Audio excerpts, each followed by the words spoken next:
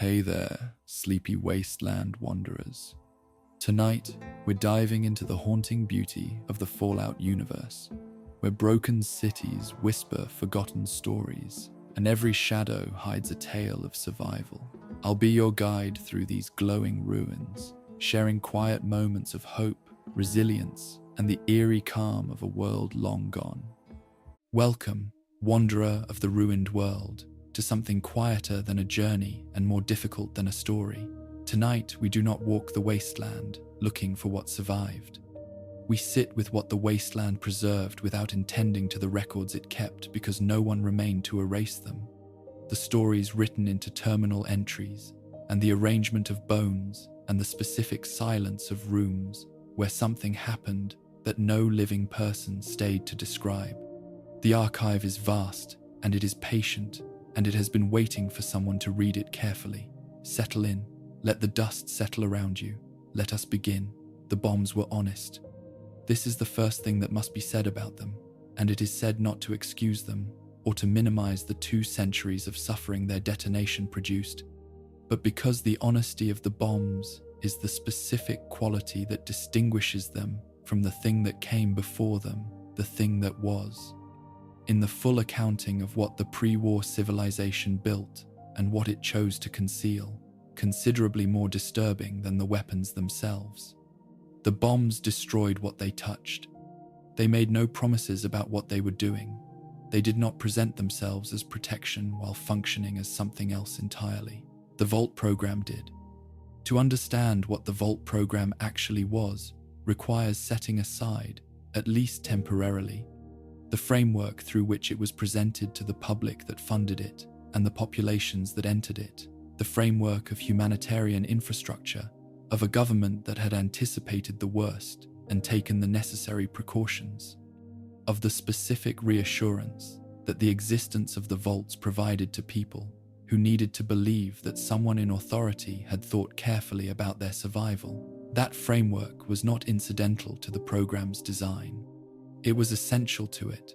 because the research that the vaults were built to conduct required populations of human beings who were genuinely committed to remaining in their assigned locations, who had surrendered their autonomy over their own futures to the institution administering the experiment, who had no alternatives and no external reference points, and no means of evaluating their situation against any standard that was not itself controlled by the people conducting the research. The vault doors were not simply closed against the outside world. They were closed against the possibility of exit, which is the possibility of refusal, which is the only protection that a research subject possesses against a researcher who has decided that the research matters more than the subject. The collaboration between the United States government and the Vault-Tec corporation that produced this program was not a corruption of either institution's purpose. It was an expression of both institutions operating according to their own most fundamental logic. The government's interest in data about human behavior under conditions of extreme stress and social isolation, conditions that could not be produced ethically in any context, where participation was voluntary, and Vault-Tec's interest in the contracts that the government's commission represented and the proprietary research that the program would generate. The people who designed the experimental protocols were not monsters in the sense that the word is typically deployed. They were professionals operating within institutional frameworks, producing deliverables that the institutions they served had determined were valuable.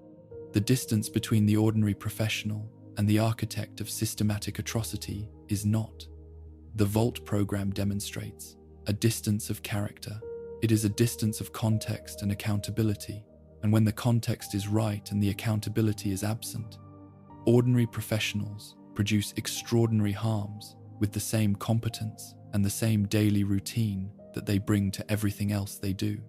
Each vault had been assigned a specific experimental protocol before a single resident walked through a single door.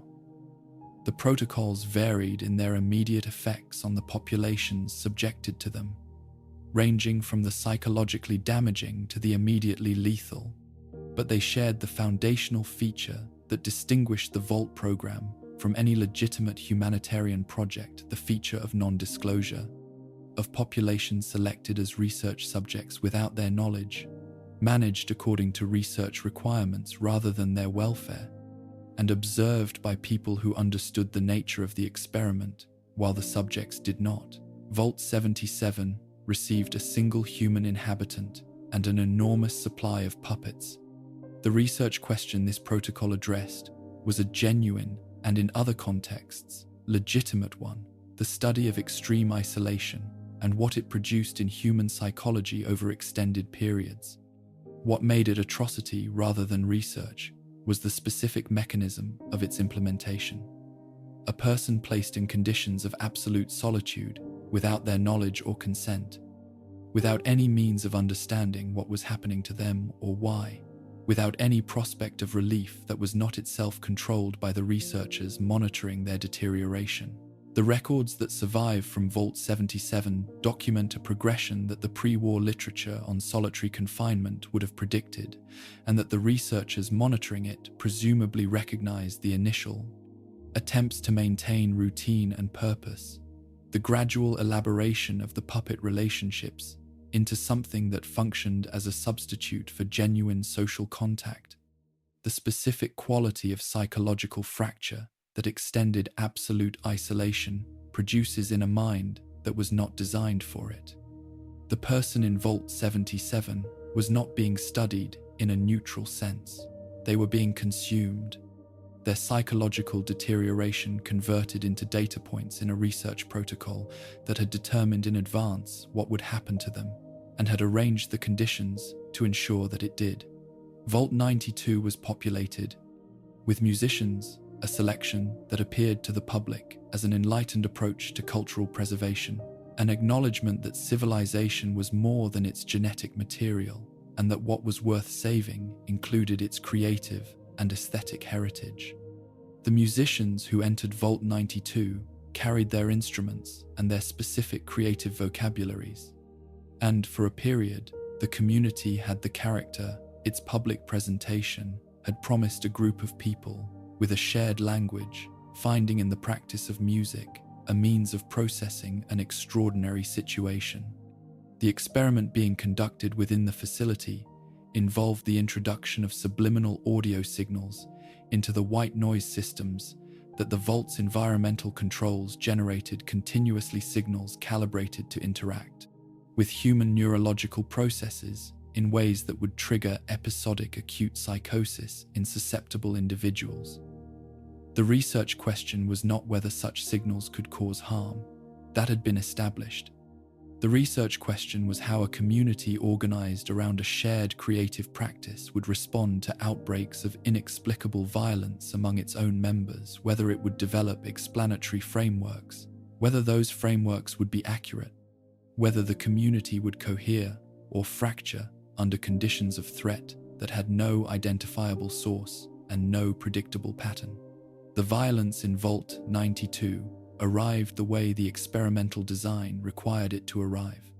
Periodically, unpredictably, committed by people who had no comprehensible motive and no history of instability, who emerged from the episode with incomplete memory of what had occurred and genuine distress about the harm they had caused. The community's response was exactly what a community's response would be when its members cannot determine which of their neighbors might suddenly become dangerous: the gradual replacement of trust with surveillance, the formation of coalitions based on mutual monitoring rather than mutual care, the progressive erosion of the creative collaboration that had given the community its initial character as people who had once made music together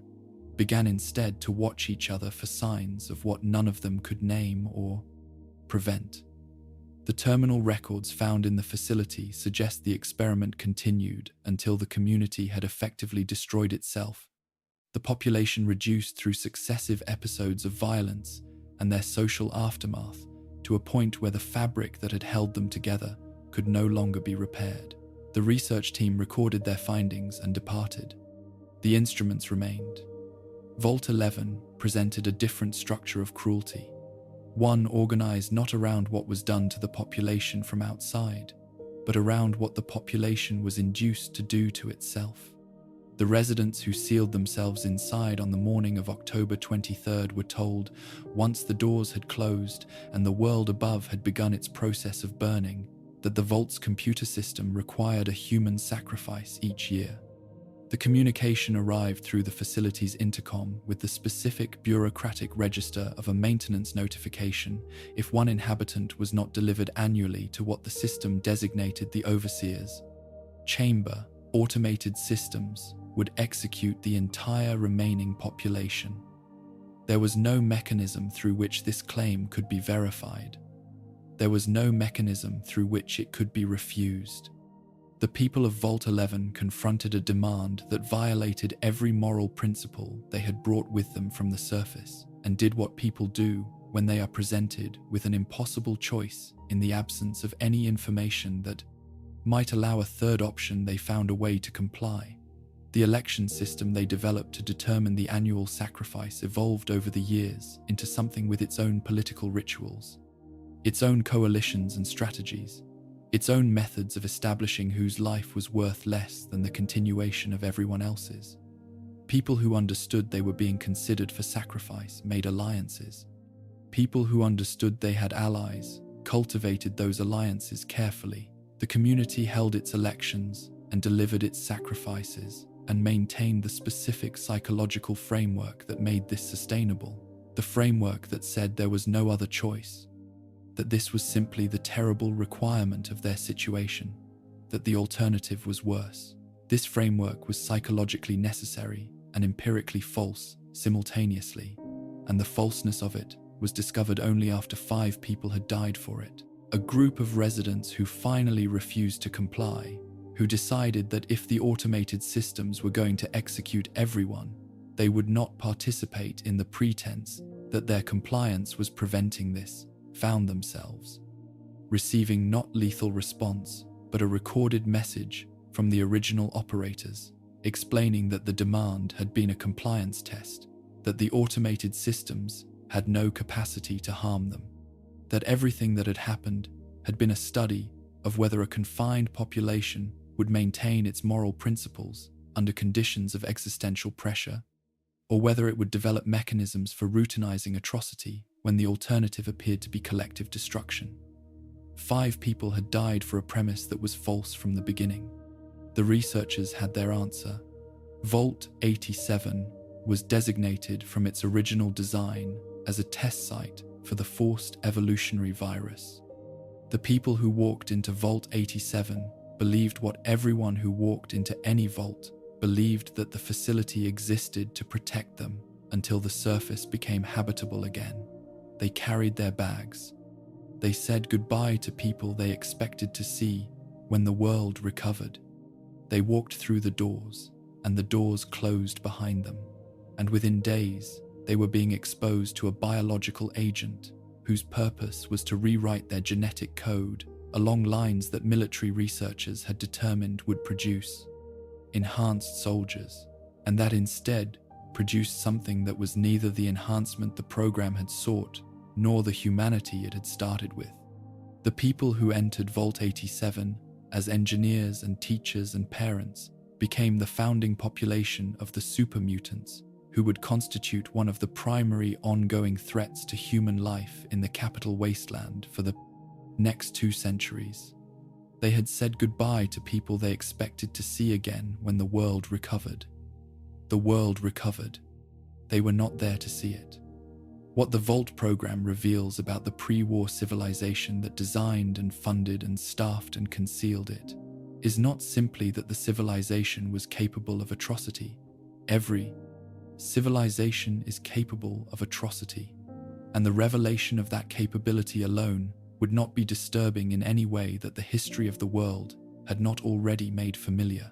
What it reveals is the specific institutional mechanism through which ordinary people produce atrocity while maintaining their self-understanding as professionals performing legitimate work in service of genuine research goals. The Vault-Tec employees who designed the experimental protocols were not, in most cases, people who experienced themselves as designing systems of harm. They were researchers addressing research questions. contractors fulfilling contract specifications, administrators managing program requirements. The distance between their self-understanding and what their work actually was is not a gap produced by deception or self-delusion in any simple sense. It is the gap that institutional frameworks reliably produce when they are sufficiently comprehensive, when the question of what the work is for has been answered at a level of the organization sufficiently removed from the person doing the work that the person doing the work never has to answer it themselves. The people of the wasteland, who eventually discovered what the vaults had actually been, spent years processing a specific kind of betrayal that had no adequate precedent in human experience. The betrayal, not by a person or even by an organization, but by the foundational assumption that the institution claiming to protect you had actually been designed to study you, that the safety you had surrendered your freedom to obtain had never existed, that the doors that had kept the bombs out had also kept you inside a laboratory whose protocols had been written before you arrived. The vault doors were built to last. They lasted, and what they preserved within them was not, in the end, the civilization that had built them. It was the evidence of what that civilization had been willing to do to the people it claimed to be saving. The Institute did not understand itself as a predator. This is the detail that the surviving records establish with a consistency that makes it the foundational fact of any honest engagement with what the organization actually was and what it actually did across the generations of its operation beneath the Commonwealth's ruins. The fact that the scientists who designed and implemented and sustained the programs that the surface population experienced as abduction and replacement and non-consensual biological experimentation understood their work through a framework that placed it firmly within the category of necessary and admirable scientific advancement, that the institutional culture within which they operated had constructed around them a sufficiently comprehensive account of what they were doing and why it mattered that the question of whether what they were doing was acceptable had been effectively removed from the range of questions requiring individual answers. The Institute was not staffed by people who had decided to harm the Commonwealth's population and were pursuing that harm with deliberate malice. It was staffed by people who had committed themselves to a project of scientific advancement that their institutional framework had determined was the most important contribution that anyone in the post-war world could make, and who pursued that project with the specific combination of genuine intellectual engagement and institutional loyalty that the framework rewarded, and that the underground isolation of their existence had made the primary available form of professional identity and personal meaning. The gap between this self-understanding and the reality of what the Institute's programs produced in the lives of the people they encountered is the specific distance that the Barda Institute's records, read honestly, most precisely document the distance between what an institution says it is for and what the actual operation of that institution does to the specific human beings it touches. The Institute said it was for the advancement of human knowledge and the long-term survival of the species. The records of its specific operations document what this stated purpose looked like at the level of individual people taken from Commonwealth settlements, individual consciousnesses created and deployed without their consent, individual communities disrupted by the replacement programs that the Institute's institutional framework categorized as research activities.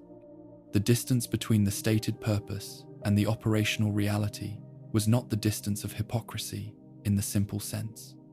The Institute's researchers were not cynically deploying a noble-sounding justification for activities whose actual motivations they understood to be otherwise. The distance was the distance that institutional frameworks reliably produce when they are sufficiently comprehensive and sufficiently insulated from external accountability. The distance between what an organization's culture tells its members the organization is doing and what the organization's actual impact on the world outside it constitutes. The Synth replacement program is the dimension of the Institute's operations that the Commonwealth surface population experienced most directly, and that generated the specific quality of dread that characterized the Commonwealth's social landscape during the period of the Institute's active operation. The fear of replacement, the specific terror of the possibility that the person you were looking at was not the person you believed them to be, that the original had been taken and a duplicate installed in their place with sufficient behavioral precision to pass the scrutiny of people who had known the original for years. The records of how individual replacements were designed and executed are present in the Institute's accessible documentation in the specific language of research protocol that the organization applied to all of its activities. The selection criteria for replacement targets, the calibration processes through which the synthetic duplicate's behavioral profile was developed from the available data on the original, the deployment procedures that governed how and when the replacement was installed. What these records document at the level of the specific individuals whose replacement is described is something that the research language consistently and structurally fails to capture the specific reality of a person being removed from their life, from the relationships and circumstances and ongoing projects and ordinary daily texture of an existence that was specifically theirs, and replaced with something that wore their face and spoke with their voice and carried enough of their history to maintain the continuity of their social context without being, in any sense that the people who had known them would have endorsed if they had understood what had happened, the person they had known. The FEV experiments conducted on surface subjects constitute the most directly harmful of the Institute's documented programs in terms of the immediate biological consequences they produced for the specific individuals subjected to them. The records of these experiments are present in the Institute's research files with the same documentary completeness that characterizes the organization's other research activities intake records. Experimental protocols, observation logs, outcome assessments, and the completeness of the documentation is itself among the most disturbing features of what the records reveal, because it demonstrates the institutional normality of what the records describe. The people who maintained these files were not people who understood themselves as concealing evidence of wrongdoing.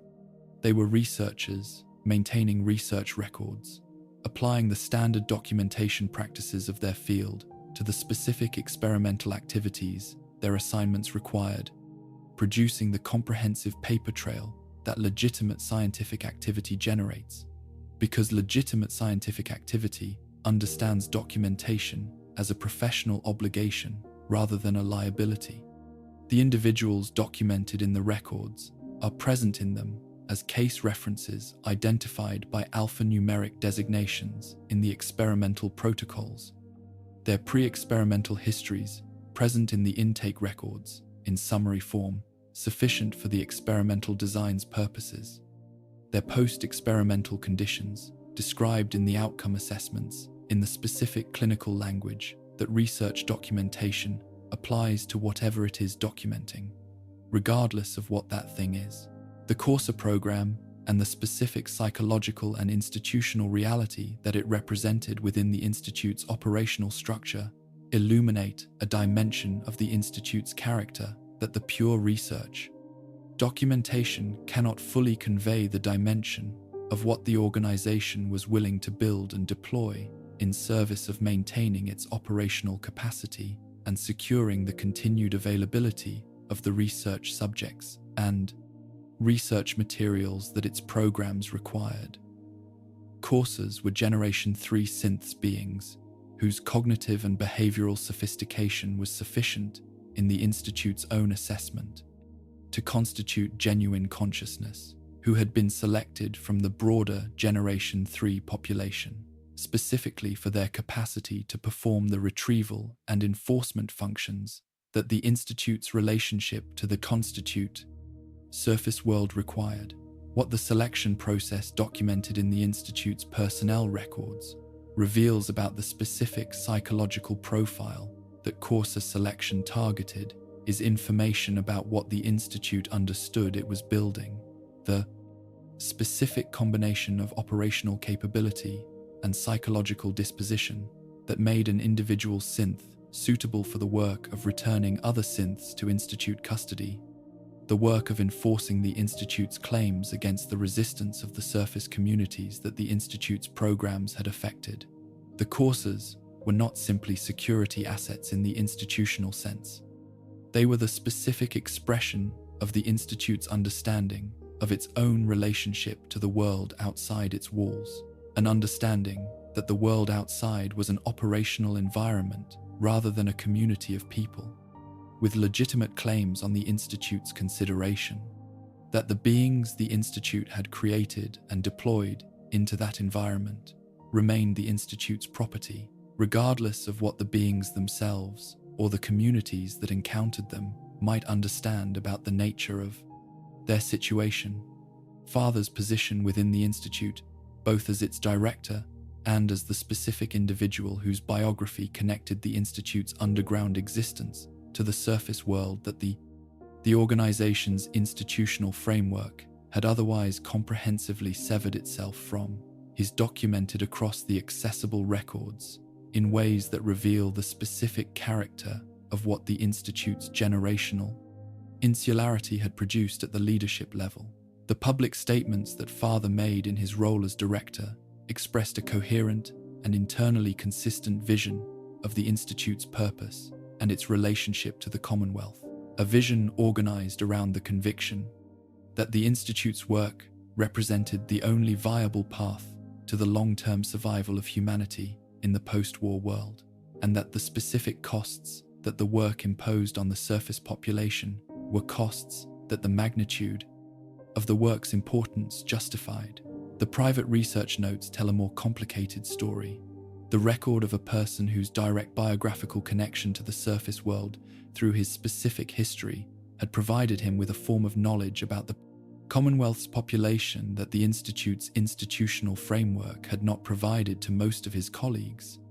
and who had used that knowledge not to revise the institutional framework's account of what the surface population was, but to develop a more sophisticated version of the same fundamental conclusion, a conclusion sufficiently elaborated to accommodate the specific evidence of his personal experience without requiring the revision of the underlying premise. The children taken from the surface and incorporated into the Institute's research programs represent the dimension of the organization's operations that the Institute's institutional framework was least able to process within its standard categories, the specific challenge posed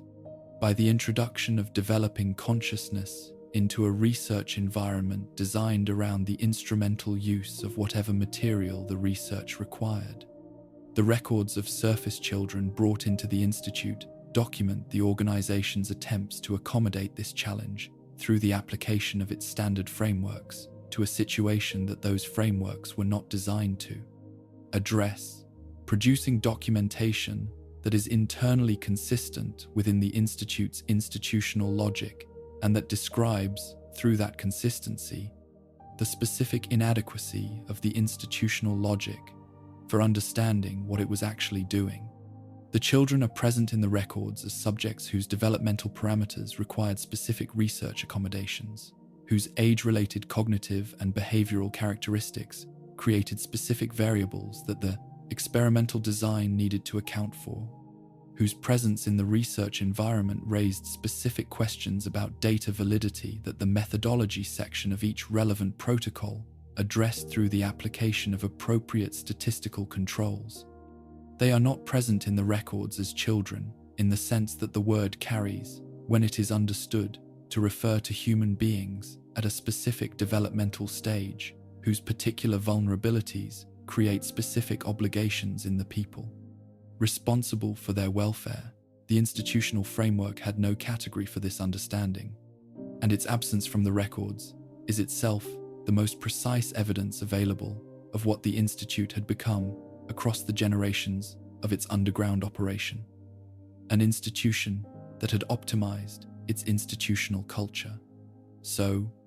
completely around the requirements of its research programs, that the specific humanity of the people those programs encountered had ceased to register within the frameworks through which the institution understood its own activities. What the Institute's complete operational record reveals, across its full documentary breadth, is the specific form of institutional failure that results not from the corruption of an organization's stated values by external pressure or individual moral failure, but from the progressive optimization of an organization's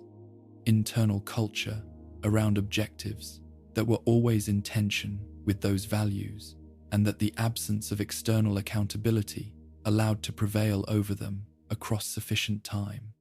The Institute began with people who understood themselves as committed to the advancement of human knowledge and the survival of the species. It ended from the perspective of the Commonwealth's surface population, whose experience of its operations is the record most honestly documents as an organization that had operationalized the surface population as a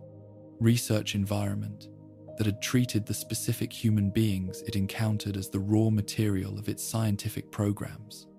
and that had developed across multiple generations of institutional life, a culture sufficiently comprehensive in its justifications and sufficiently insulated from contradicting evidence to sustain this operationalization without the cognitive dissonance that direct awareness of what the operationalization meant for the specific people it affected would otherwise have produced. The archive the Institute left is the archive of this process, the record of an institution that had been the best available expression of the post-war world's scientific ambition, and that had converted that ambition through the specific mechanism of comprehensive isolation and the absence of external accountability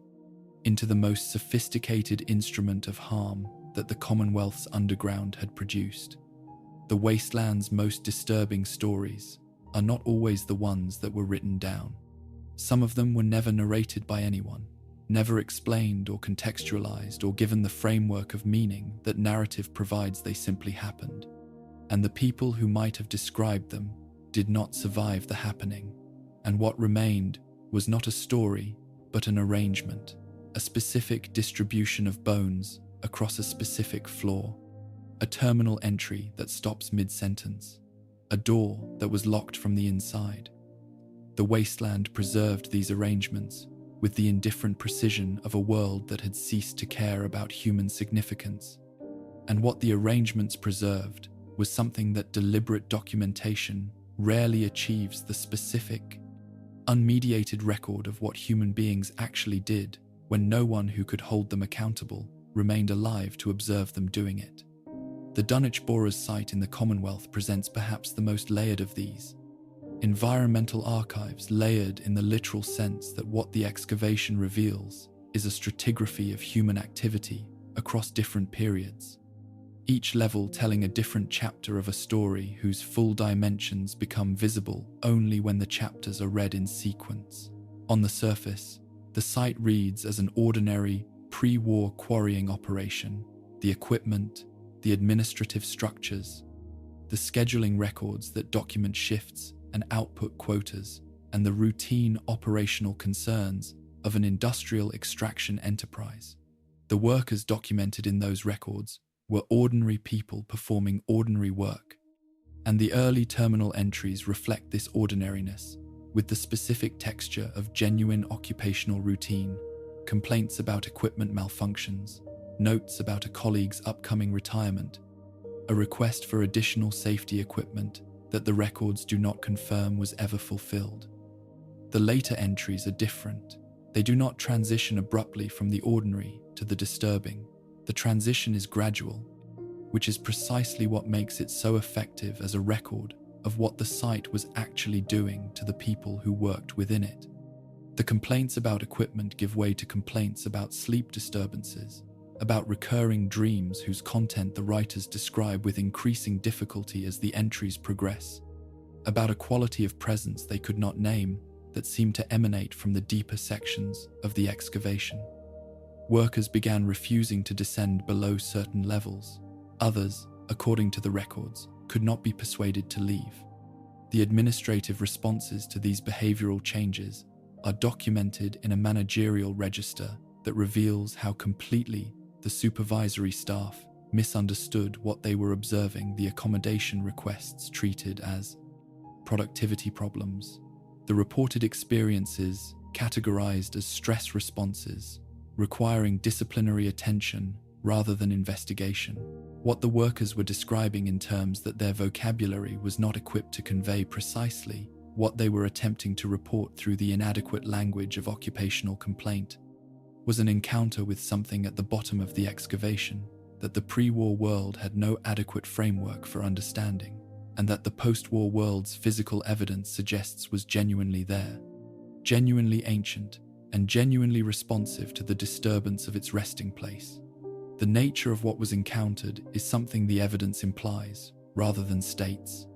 That implication, preserved in the progressive deterioration of the terminal entries and the arrangement of what remained at the site's deepest level, is considerably more disturbing than any explicit statement would have been. The Museum of Witchcraft in Far Harbor does not require archaeology to reveal its complete story. The story is present in a single room, preserved with the specific completeness that only unintentional evidence achieves. The Deathclaw nest, built from the materials that were available,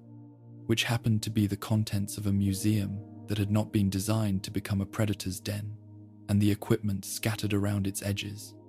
and the audio log left by the soldier who spent a night in that room recording what he could hear happening outside the door. The recording is not long. It does not need to be. What it documents in real time, the sounds, the soldier's increasingly precise understanding of what those sounds meant, the specific quality of a person's voice when they have accepted a situation that has no resolution available to them, constitutes one of the most complete portraits of a particular kind of human experience that the Wastelands archive contains. The physical evidence that surrounds the recording equipment, when it is found, tells the part of the story that the soldier could not tell, because the soldier could not see outside the door he had locked, and the evidence of what was happening on the other side of that door is preserved in the arrangement of what was found there. The story is complete. It was completed without any narrator. It required only the specific distribution of physical evidence in a room that has been undisturbed since the night it ended. The apartment buildings of downtown Boston contain stories of a different kind, stories not about what happened to specific individuals in specific dramatic circumstances, but about the texture of collective human decision-making in the final hours of the old world, preserved in the arrangement of ordinary people in the spaces where they spent those hours. The specific distribution of skeletal remains across individual apartments and building common areas constitutes a documentary record of decisions that were made quickly, under conditions of extreme pressure, by people who understood enough of what was happening to know that the decisions mattered and not enough to know what the right decisions were. The apartments where single individuals died alone document one kind of decision, the decision to remain in a familiar space, to face what was coming in a place that was recognizably one's own. The apartments where multiple people died together document another kind, the decision to seek company, to consolidate whatever remained possible into shared presence, even when presence was the only thing that could be shared. The hallways and stairwells where people died in motion document the decision to move, to seek something better, or simply to refuse the passivity of remaining in place, to act in some direction, even when no direction led anywhere other than the general destination that all directions were leading toward. What the arrangement of these remains reveals is not the horror of mass death in any simple sense. That horror is familiar enough from the surface description of what the bombs produced. What it reveals is something quieter and, in certain respects, more difficult to think clearly about the persistence of individual human decision-making under conditions designed to make individual decision-making irrelevant. The specific ways that people organize themselves in their last hours according to impulses and values and attachments that the bombs could not simply delete by arriving. The person who unlocked their door to admit a neighbor in the final minutes was making a decision. The person who did not unlock their door was also making a decision. The arrangements of what remained after those decisions were made constitute a record of what those decisions were, not a judgment about them, because judgment would require understanding the full context in which they were made, and the full context is not available, but a record, precise and permanent, of the specific forms that human choosing took at the specific moment when it mattered most and could change nothing. The Wilson Atomatoys factory documents a slower and in some ways more methodical catastrophe than the apartment. Buildings, the progressive transformation of a place of ordinary commercial production into a space where people were trying to survive, documented in terminal entries that track the progression with the specific mixture of administrative competence and personal distress that characterizes records produced by people who are simultaneously professionals and people in crisis. The factory's management continued issuing production updates and safety protocols through the early hours of the bombing, because the frameworks through which they understood their responsibilities had not yet registered that those frameworks no longer applied. The entries from later in the day are different. The administrative language begins to fail, replaced by something more personal and less controlled. The specific quality of documentation produced by people who are writing, not because the documentation serves an institutional purpose, but because writing is one of the few forms of agency that remains available when all other forms have been removed. The final entries document the transition from shelter to something else, the specific point at which the people in the factory understood that they were not waiting out a temporary crisis, but were present at a permanent ending, and the specific ways that this understanding expressed itself in what they chose to write in the time that remained. The mass fusion containment site adds another dimension to the environmental archive, the record not of people responding to catastrophe, but of people continuing to work within a system that was generating catastrophe, understanding what was happening around them, and remaining inside the institutional framework that required their continued presence and performance anyway. The workers at Mass Fusion whose records survive were not ignorant of the environmental consequences of their facilities' operations. The terminal entries document a sustained and largely unsuccessful attempt to reconcile the evidence of harm with the institutional requirements of continued employment, to maintain the professional identity of the responsible technician while working within a system that the evidence consistently contradicted. The specific rationalizations that the entries document are not stupid or contemptible. They are the rationalizations of intelligent people operating under genuine economic pressure within an institutional context that had constructed convincing explanations for why the concerning evidence was not as concerning as it appeared. The horror of the mass fusion records is not the horror of malice, but the horror of a system that was sufficiently comprehensive in its demands and sufficiently sophisticated in its justifications that the people working within it could not find a position from which refusal was clearly the right choice, rather than clearly the career-ending one. What these locations share: the Dunwich Borers, with its layered evidence of progressive psychological deterioration, the Museum of Witchcraft, with its complete story told in a single room,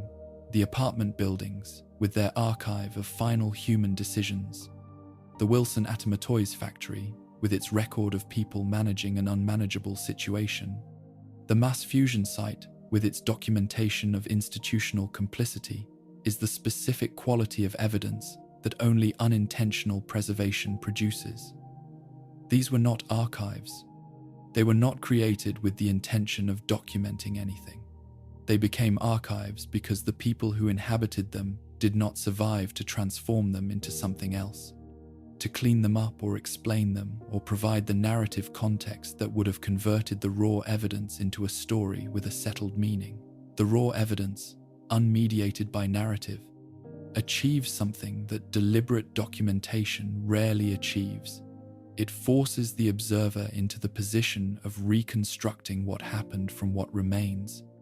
of reading the arrangement of objects and the content of interrupted records, and the specific distribution of the dead as the primary texts they actually are.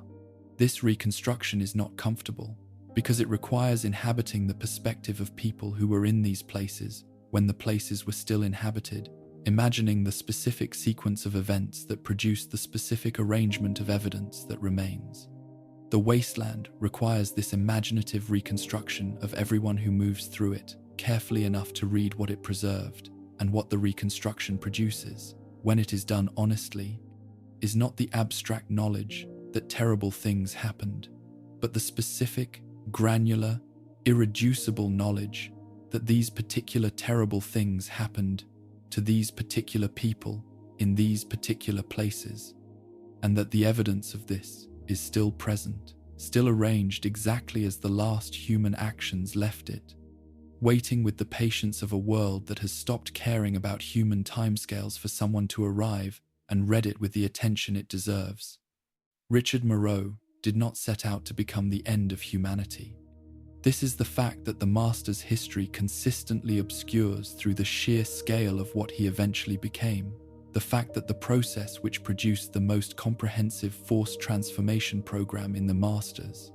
post-war world began not with a vision of unified evolution, but with a man, a research facility, and the specific combination of ambition and circumstance that the pre-war world reliably produced in people who were sufficiently intelligent and insufficiently accountable. Moreau had been a scientist before he was anything else, and the specific quality of his scientific ambition, the desire to understand the fundamental mechanisms of life at the level where those mechanisms could be altered rather than merely observed, was not different in kind from the ambition of the researchers at Vault-Tec whose work he eventually encountered, or from the ambition of the Vault-Tec designers whose experimental frameworks shared his foundational conviction that human beings were most valuable as subjects of investigation. What distinguished him was not the character of his ambition,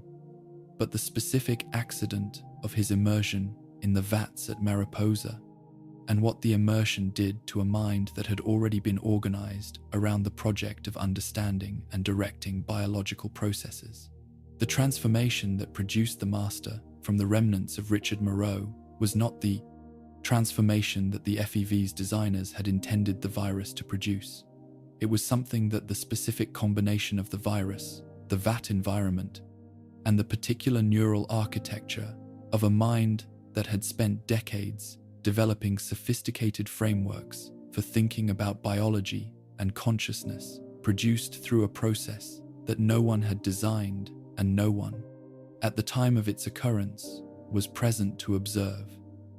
What emerged from the vats was not the enhanced soldier that the military applications of the FEV had been designed to create. It was something that retained Moreau's intellectual capacity and amplified it through whatever mechanism the transformation had enacted on his neural substrate, while simultaneously severing it from the specific physical boundaries that normally constrain individual consciousness. The biocomputer that the master eventually became the vast neural network that spread through the physical infrastructure of the cathedral and incorporated other minds into its structure as it expanded, was not simply a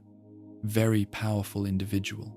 It was the specific outcome of an intelligence that had been reorganized around different parameters than human consciousness normally operated within,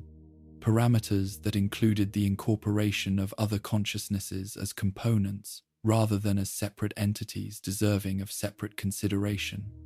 The people incorporated into the master's neural structure were not destroyed, in any simple sense. What the evidence suggests, through the fragmentary records of what the cathedral's operations produced, and what those who encountered the master's expanded form reported of the experience, is that they were absorbed, their perspectives and memories, and the specific character of their individual consciousness, becoming part of a larger cognitive architecture that used what they had been as material for something that was not them, and was not simply not them,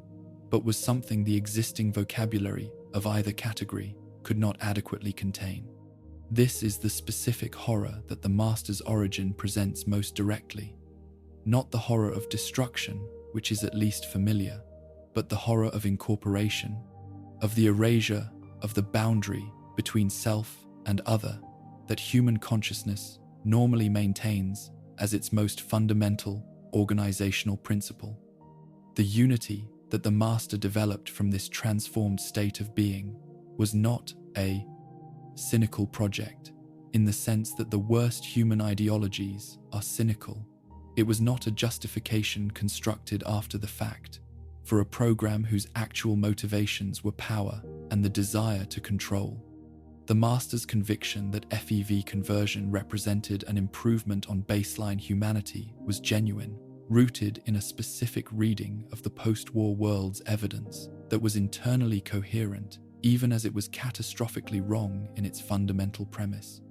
The world above Mariposa was irradiated beyond what unmodified human biology could sustain indefinitely. The populations trying to survive in that world were doing so at significant biological cost, accumulating radiation damage across generations, struggling with contamination and mutation, and the specific attrition that a radioactive landscape inflicted on organisms not designed for it. The super mutants that FEV conversion produced were immune to this attrition. They were physically more capable than baseline humans in almost every measurable parameter relevant to survival in the post-war environment. The Unity's argument that conversion constituted not destruction but elevation, that the people taken to the vats were not victims but the first members of a population that would inherit the transformed world rather than simply enduring it, was an argument that the surface evidence, selectively read, could support. What it could not support was its own empirical foundation, and the specific nature of the Unity's failure is inseparable from the specific nature of the Master's conviction, because the failure arrived not through external opposition, but through the internal logic of the program itself. Super mutants were sterile. The FEV conversion process, in producing the biological enhancements that the Master's argument depended upon, also eliminated the reproductive capacity that the Unity's vision of a transformed future humanity required. The program that was supposed to ensure the continuation of the species through its transformation was instead producing a population that could not continue a generation of physically powerful, environmentally adapted beings whose existence would terminate with themselves, leaving nothing of what they had been or what the Unity had made them. The Master's response to this revelation, when the player character delivers it in the original game, is one of the franchise's most precisely observed moments of ideological collapse. The specific process by which a system of conviction that has been sufficiently comprehensive and sufficiently insulated from contradicting evidence encounters an empirical fact that the system cannot absorb without collapsing entirely. The Mariposa military base and its records document what the Unity's operations looked like at the level of individual human beings, at the level where the philosophical framework of evolutionary advancement met the physical reality of people being brought to the vats and changed into something they had not chosen to become. The terminal entries at Mariposa from the soldiers who operated the facility span a range of responses that reflects the full spectrum of what institutional participation in atrocity produces in the people performing it. Some entries are purely operational documentation of intake numbers, processing times, the administrative accounting of a facility, managing high throughput against resource constraints. The people who wrote these entries were not suppressing awareness of what they were documenting. They had achieved the specific professional orientation that makes sustained participation in systematic harm possible, the orientation that understands one's role as the management of a process rather than the evaluation of its moral character, that locates responsibility for what the process is doing at some other level of the organization, where the decisions about what the process should be were made. Other entries document something more difficult, the specific, cognitive and emotional labor that some soldiers performed to maintain their participation in operations, whose character they could not entirely convert into administrative abstraction. The rationalizations in these entries are neither stupid nor contemptible. They are the specific forms of moral management available to people who have accepted the institutional framework within which they operate as more real and more authoritative than the moral discomfort they are experiencing, who understand themselves as subject to obligations that override the discomfort, rather than as moral agents whose discomfort constitutes evidence that the obligations should be refused. The Vault-Tec designers who had created the experiments that produced Vault 11's sacrifice lottery had operated within the same framework. The West-Tec researchers whose FEV development had produced the material that the master was now deploying at scale had operated within the same framework. Institutional participation in systematic harm does not require the prior corruption of the individuals performing it. It requires only the construction of a sufficiently comprehensive institutional context and the selection of individuals who have been trained to understand their own moral responses as subordinate to institutional requirements. The children of the cathedral represent the most instructive aspect of the master's operation from the perspective of what sustained ideological commitment to a project of harm requires of its participants. The children were not simply a recruitment mechanism or a security apparatus. They were the evidence that the unity had developed what every sufficiently ambitious project of transformation requires: a population of people whose belief in the project's rightness was genuine enough to sustain their participation without the need for constant coercion, who could represent the unity's purposes to the outside world in terms that conveyed authentic conviction, because the conviction was authentic. What the evidence of their operation reveals about what they knew and what they chose to believe is the more disturbing question. Some of them understood more of what the cathedral's actual operations involved than their public presentations suggested. The specific accommodation between this knowledge and the continued maintenance of their conviction is documented in the records that survive from the cathedral's administrative functions, the specific forms that the management of uncomfortable knowledge takes in people who have organized their identity around a commitment they cannot abandon without losing the framework through which their lives have acquired meaning. The super mutants who were produced by the Unity's operations and who survived into the post-war centuries as a presence in the wasteland carried in their transformed bodies the specific evidence of what the Master's program had actually accomplished at the mayor's individual level.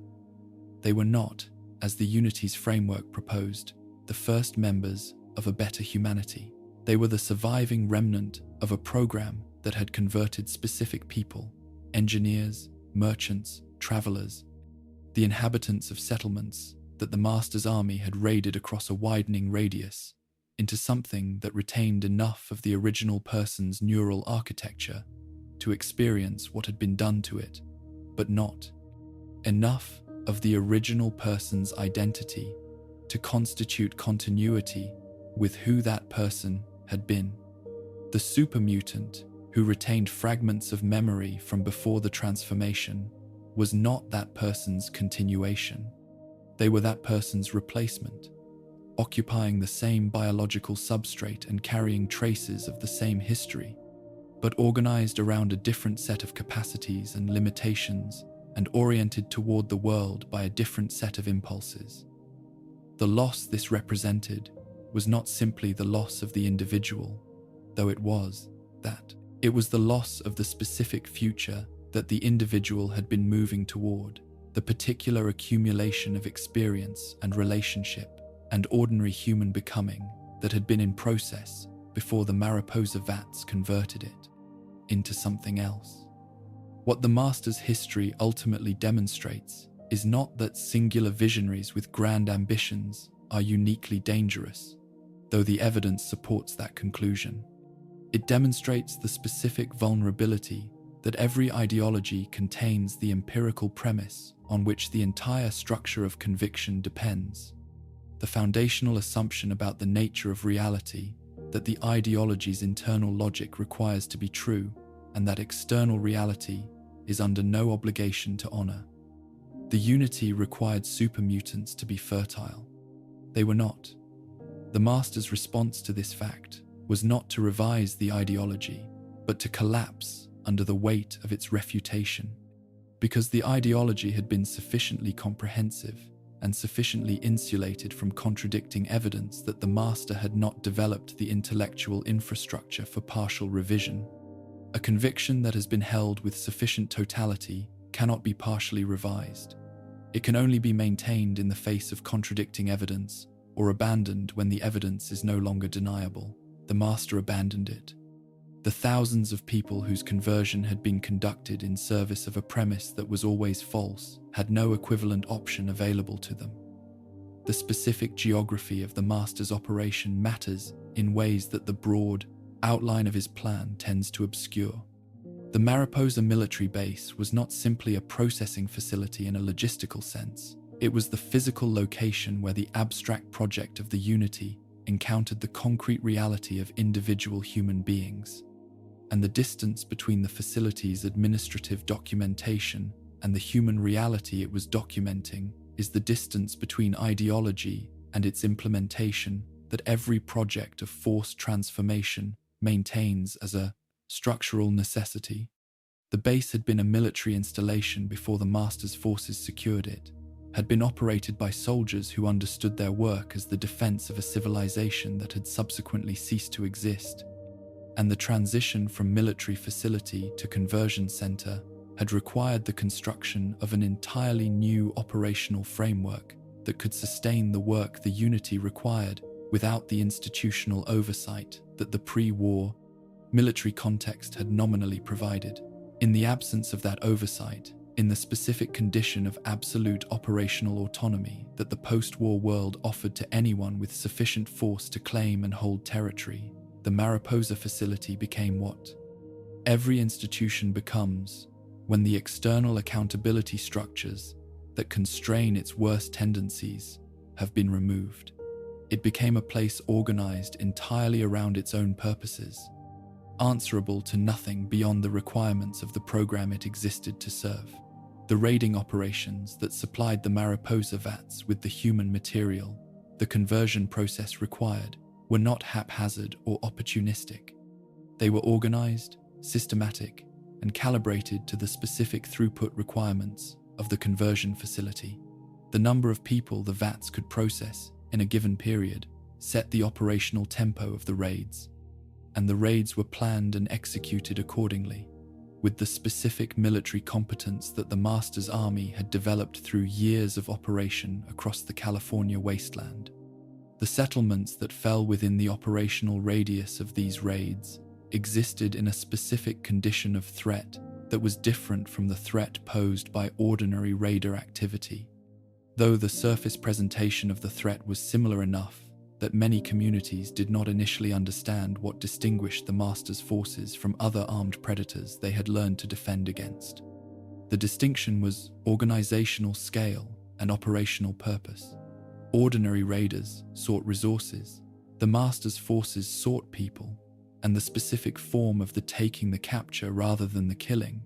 the transportation rather than the looting, reflected a relationship to the people taken that was in its own way more disturbing than simple violence, because it implied a destination and a purpose that violence for its own sake did not imply. The people taken in these raids arrived at Mariposa carrying whatever understanding of their situation they had been able to construct during the journey, understanding that was necessarily incomplete, necessarily distorted by fear and uncertainty, and necessarily inadequate to the actual nature of what awaited them, because the actual nature of what awaited them was something that no prior human experience had produced adequate conceptual frameworks for understanding. The FEV conversion process was not, from the perspective of the person undergoing it, a process whose character was clearly legible in advance. It was immersion in a chemical environment whose immediate physical effects were extreme and whose longer-term biological effects were comprehensive in ways that the person being immersed could not observe or evaluate from inside the experience what the conversion felt like from the inside, what the specific quality of consciousness was during the period when the virus was rewriting the fundamental parameters of the organism that housed it, is something the surviving records cannot document directly, because the people best positioned to describe the experience were no longer, after the experience, the same people who had undergone it. The super mutants who emerged from the vats with fragments of memory from before the transformation could describe what they remembered of the period immediately preceding their immersion. They could not describe what they had experienced during it, because the neural architecture that would have encoded that experience was the neural architecture that the process had been in the course of transforming. And what it encoded on the other side of the transformation was not a continuous record of a self-experiencing change, but a discontinuous record, a before and an after, without the thread of conscious experience connecting. This discontinuity is perhaps the most precise expression of what the Master's program actually did at the individual level, stripped of the Unity's philosophical framing and examined through the evidence of what the process produced. It did not transform people in the sense that experience normally transforms people gradually, cumulatively, with the person who is being changed maintaining throughout the process a continuous relationship to the person they are becoming. It replaced the specific configuration of biological and neural material that constituted a particular human being with a different configuration that retained some of the previous configuration's information. While being organized around fundamentally different parameters, the supermutant, who carried fragments of a previous life in memory that they could access but could not fully inhabit, was not that previous life's continuation. They were that previous life's residue, the specific information that the conversion process had not entirely overwritten, preserved in a new context that gave it a different meaning than it had carried before, belonging now to something that was not the person whose life it had been and could not be fully returned to them, even if the desire to return it had existed and the means to do so had been available. The cathedral's role in the Unity's structure was not simply religious in any ordinary sense. It was the specific institutional mechanism through which the Master's program maintained its ideological coherence across the full breadth of its operations, providing both the public-facing justification for what the Unity was doing and the internal framework through which the people participating in its operations understood their participation as something other than what external observation would have identified it as being. The theology of the cathedral was not cynically constructed, which is the detail that most distinguishes it from the simple religious manipulation that a surface reading might suggest. It was developed through a genuine process of meaning-making by people who had encountered the Master and found in what he represented a framework sufficiently comprehensive and sufficiently compelling to organize their understanding of the post-war world and their place within it. The specific content of that theology, its account of the Great War as a cleansing, of the Master as the architect of a new order, of FEV conversion as a sacrament rather than a procedure, was not arrived at through deliberate deception, but through the specific process by which human beings construct the frameworks of meaning that make their circumstances livable. That the framework was built in service of a program of forced transformation did not make the belief of those within it less genuine. It made the genuine belief more disturbing, because it demonstrated that the distance between sincere religious conviction and the ideological justification of systematic harm was not the distance between good faith and bad faith, but the distance between a framework that had been tested against reality and one that had been insulated from it.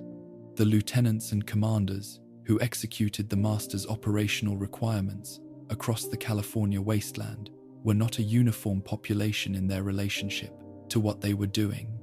The Mariposa records and the accounts preserved in the communities that survived encounters with the Master's forces document a range of individual orientations that reflects the full complexity of what sustained participation in a defease comprehensive program of harm produces in different kinds of people over different periods of exposure. Some had been with the program long enough that its purposes had become fully internalized. The Unity's framework had become their framework, and what they were doing was, within that framework, not atrocity but service, not harm but the difficult early work of a transformation whose eventual outcome would justify the cost of its early stages. Others were present for reasons that had less to do with ideological commitment than with the specific calculation of survival and advantage that the post-war world reliably produced in people who had found themselves adjacent to a significant concentration of power. The calculation that alignment with the dominant force in a region was a more viable survival strategy than resistance to it, regardless of what the dominant force was doing with its dominance. What the Unity's complete history demonstrates, examined in its full scope from Moreau's initial transformation, through the raiding operations, through the conversion facility, through the cathedral, through the eventual revelation that rendered the entire project empirically void, is the specific shape of the catastrophe that results when genuine intelligence is combined with genuine conviction and genuine operational capability in the complete absence of any external accountability structure capable of checking what that combination produces. The Master was not stupid. The Unity's internal logic was not incoherent. The operations that pursued the Unity's goals were not incompetently planned or poorly executed. The catastrophe that the program represented was not the catastrophe of insufficient intelligence or insufficient commitment or insufficient resources. It was the catastrophe of a sufficiently intelligent, sufficiently committed, sufficiently resourced project that had been constructed in a context where the normal constraints on what projects of this kind are permitted to do had ceased to operate, and that had therefore pursued its internal logic to conclusions that those constraints, had they existed, would have prevented it from reaching. The wasteland produced the conditions for this catastrophe by removing the institutional and social infrastructure that normally checks the relationship between conviction and action. The Master's program was one of the most comprehensive expressions of what those conditions, encountered by a sufficiently capable mind with a sufficiently total conviction, reliably produced. Predation is not, in the wasteland's accounting, a simple phenomenon. This is the first thing that an honest examination of the evidence forces into the open. The recognition that the raider culture and the slaver economy that organized so much of the wasteland's human landscape were not simply the expression of individual moral failure multiplied across a population of bad actors, but were instead institutions in the full sense that the word carries when applied to the organizations that preceded them. Institutions with their own internal logic, their own hierarchies and rules and frameworks of meaning, their own mechanisms for recruiting and retaining members, and for transmitting the values and methods that sustained the institution's continued operation across time. The distinction matters not because it exculpates the people who participated in these institutions, it does not, but because it reveals something about the specific nature of what the wasteland produced in the absence of the part of the terse. Accountability structures that normally constrain the relationship between human need and human harm. Raiders and slavers were not the wasteland's aberration. They were among its most consistent products. And understanding what they actually were requires understanding the specific conditions that produced them and the specific mechanisms through which those conditions converted people into participants in systematic cruelty. The raider camp recordings and terminal entries scattered across every region of the wasteland that the Fallout franchise documents constitute a specific genre of evidence, the internal record of communities organized around predation, preserved with the same unintentional completeness that characterizes all of the wasteland's best evidence. What these records reveal about how raider groups understood their own activities is more disturbing than any external account of what those activities involved, because the external account can be maintained at a distance that the internal record cannot. The internal record speaks in voices that are recognizably human, organized around concerns that are recognizably human, concerns about status and belonging, and the specific anxieties of people who have committed themselves to a way of life that requires constant demonstration of commitment, because a way of life organized around the threat of violence is a way of life that must continuously prove that the threat is real. The terminal entries from raider camps document power struggles and personal grievances, and the specific quality of social life among people who have chosen, or been chosen by, circumstances that make trust a liability and suspicion an operational requirement. They document boredom and humor and the ordinary texture of daily existence, alongside documentation of acts that the ordinary texture of daily existence is being used to normalize the routinization of harm into the background of life, the specific process through which violence against outsiders becomes not an exceptional event requiring justification, but simply a feature of the environment, present and unremarkable as the radiation that permeates the landscape. The fiends of the Mojave present the clearest case study in what raider culture looked like when its worst tendencies had been fully realized, and its organizing principle. The principle that the world outside the group had no legitimate claim on the group's restraint had been extended to its logical conclusion. The fiends were not simply a violent criminal organization. They were a community in the specific sense that the word carries when applied to any group of people who share a way of life and a set of values and a mutual recognition of belonging. The fact that the way of life was organized around chemical dependency and predatory violence, and the fact that the values were ones that most of the wasteland would have recognized as catastrophic, did not make the community less real, only more instructive about what communities can organize themselves around when the external constraints that normally shape communal values have been removed. The specific combination of jet addiction and systematic violence that characterized the fiends reflected a specific solution to the specific problem of how to maintain the psychological state that their way of life required, a state of sufficient disinhibition and sufficient insulation from normal human empathy to sustain the acts that the fiend's economy depended upon. The addiction was not incidental to the violence. It was functional within it, providing a reliable mechanism for producing the specific psychological condition that made the violence possible, and for ensuring that the members of the community remained in that condition consistently enough to be operationally reliable. The pit represents something more complex than the straightforward predation of raider culture, a system of organized industrial slavery that had developed sufficient institutional complexity to require a different kind of analysis than the simple economy of force that sustained most wasteland slavery operations. Ashur had not built the pit as an exercise in cruelty. He had built it as an exercise in industrial reconstruction, with the specific vision of a functional steel-producing settlement that could serve as a foundation for something more substantial than the subsistence existence that characterized most of the wasteland's communities. What the pit's records reveal is the specific arithmetic that his vision required, the calculation of how much labor was needed to operate the facility at the level his ambitions required,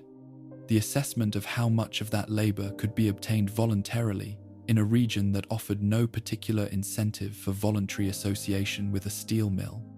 and the conclusion that the gap between what was needed and what was available voluntarily could only be filled through coercion. The workers, documented in the pit's medical records, were not abstractions in Ashur's accounting. They were the specific human cost of the calculation he had made, documented with the clinical precision that medical records apply to whatever population. They are recording the progression of the troglodyte degeneration that the pit's environmental conditions produced in workers exposed to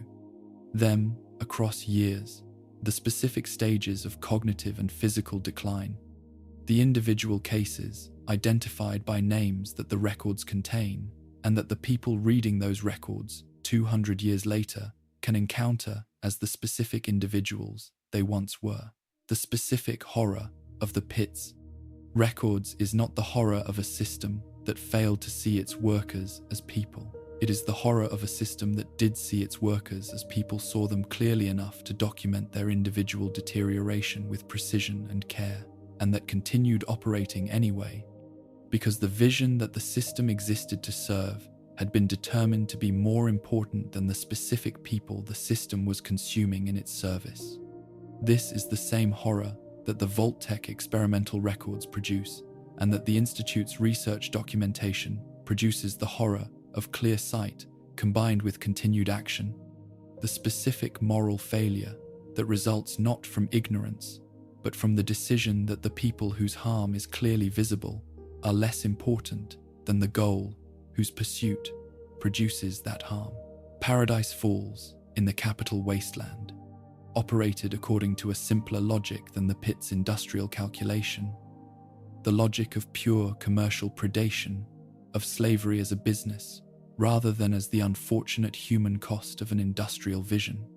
The records of Paradise Falls' operation document the specific mechanisms through which the organization sourced and valued and disposed of its inventory in the specific language of commerce that was available for this purpose. A language that the organization deployed without apparent awareness of or concern for the specific irony of applying commercial frameworks to the management of human beings.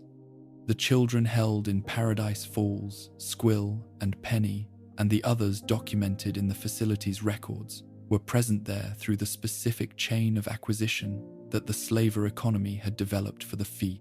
procurement of juvenile inventory, a chain that involved the targeting of settlements and travelers, whose vulnerability made them accessible to the organization's operational capacity.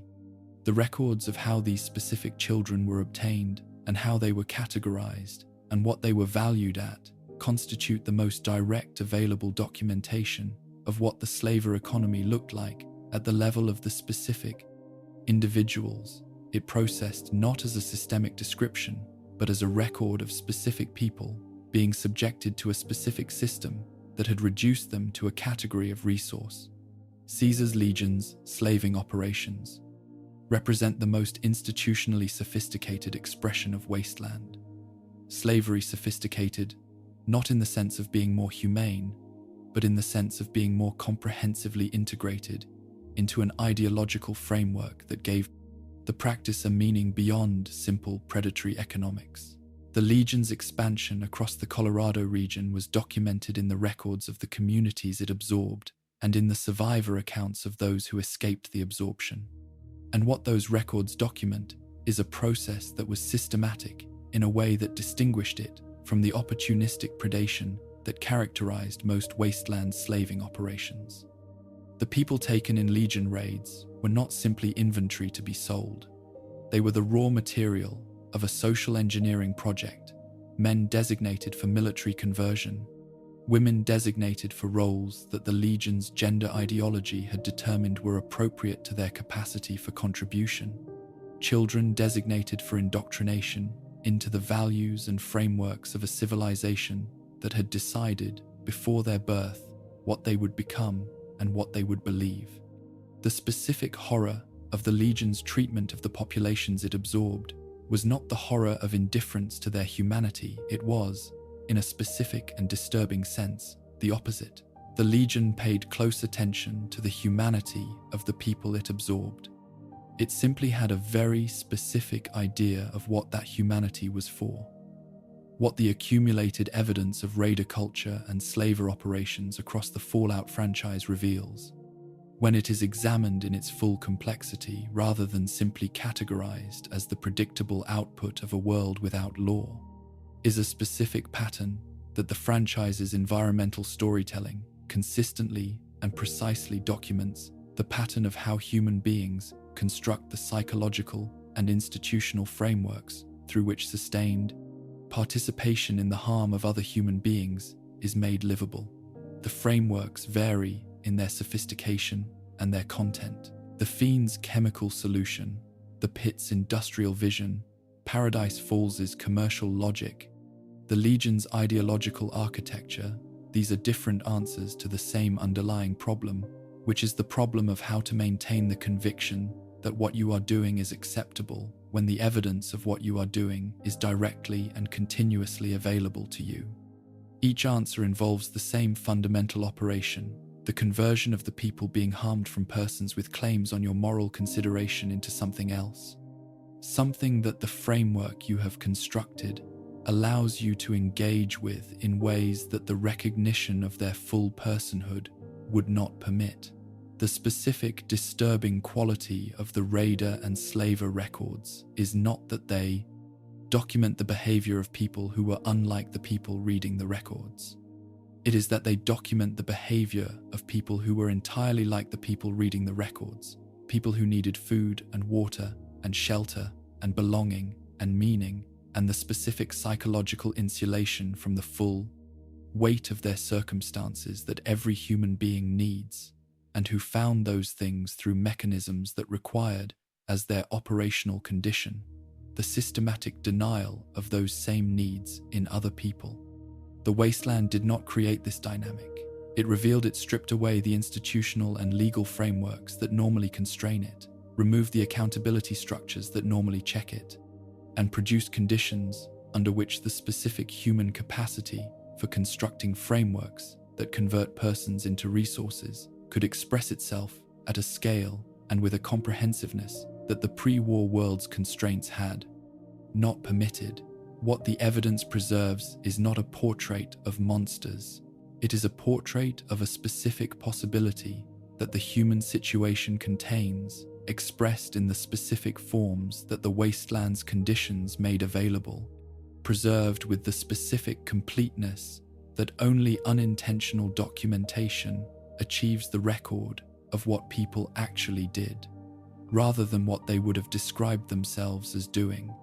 Left in the spaces between the bones and the terminal entries, and the medical records of the workers whose names the records contain, the pre-war corporations did not think of themselves as architects of catastrophe. This is the detail that the surviving records consistently and almost uniformly establish, that the people who designed the FEV weapons program and the Vault experimental protocols and the robo-brain procurement system and the Nuka-Cola quantum radiological profile understood their work through frameworks that placed it firmly within the category of legitimate professional activity, that the institutional contexts within which they operated had constructed sufficiently comprehensive justifications for what they were doing, that the question of whether what they were doing was acceptable had been effectively removed. From the range of questions that required individual answers, the corporations of the pre-war world were not uniquely evil in any sense that distinguishes them from other institutions that produce systematic harm through the organized activity of individually ordinary people. They were simply the specific institutional form that the pre-war world had developed for concentrating resources and directing human activity toward defined objectives, and the specific objectives they pursued, and the specific methods they employed in pursuing them, were shaped by the specific incentive structures and accountability relationships that governed corporate operation in the years before the farce. Bombs fell incentive structures that rewarded the achievement of defined outcomes and accountability relationships that were sufficiently distant from the human consequences of corporate activity to make those consequences invisible. At the level where the decisions that produced them were being made, Vault-Tec's internal communications about the experiment program constitute the most comprehensive surviving record of how a corporate institution processed the knowledge that its primary product was a system of non-consensual human experimentation. The memos that document the design phase of the experimental protocols are not the communications of people who understood themselves to be designing atrocities. They are the communications of people who understood themselves to be designing research programs, who applied the vocabulary and the analytical frameworks of legitimate scientific inquiry to the task of determining what variables each vault should manipulate and what outcomes each manipulation should be designed to produce. The specific language of these communications is instructive in what it reveals about the institutional mechanisms through which the program's character was managed at the individual level. The subjects of the experiments are referred to throughout in categorical terms that maintain a consistent distance from their individual humanity, population units, test cohorts, behavioral samples, a distance that was not, in the context of the communications that employed it, experienced as dehumanizing, but as appropriately scientific. The application of the professional vocabulary of research to the material being researched. The people writing these memos were researchers. Researchers study populations. The vocabulary of research applied to populations is the appropriate vocabulary. The circularity of this logic was invisible from inside it, which is precisely the condition that the institutional framework had been designed to produce. The specific memos that document the design of Vault 11's sacrifice lottery protocol are among the most instructive of the proof memos, surviving communications, because they document the design of a procedure whose harmful character was not incidental to its research purpose, but constitutive of it, a procedure designed specifically to produce the harm it produced, because the harm was the variable being studied. The researchers who designed this protocol understood that the demand for annual sacrifice would result in deaths. This understanding is present in the documentation. It was not an unforeseen consequence, but a designed feature, the mechanism through which the research question about compliance under existential pressure would generate its data. What the communications reveal about how this was processed at the institutional level is the specific operation of the justificatory framework that corporate research programs apply to their most ethically problematic activities. The framework that identifies the research value of the outcome as the ethical counterweight to the harm required to produce it,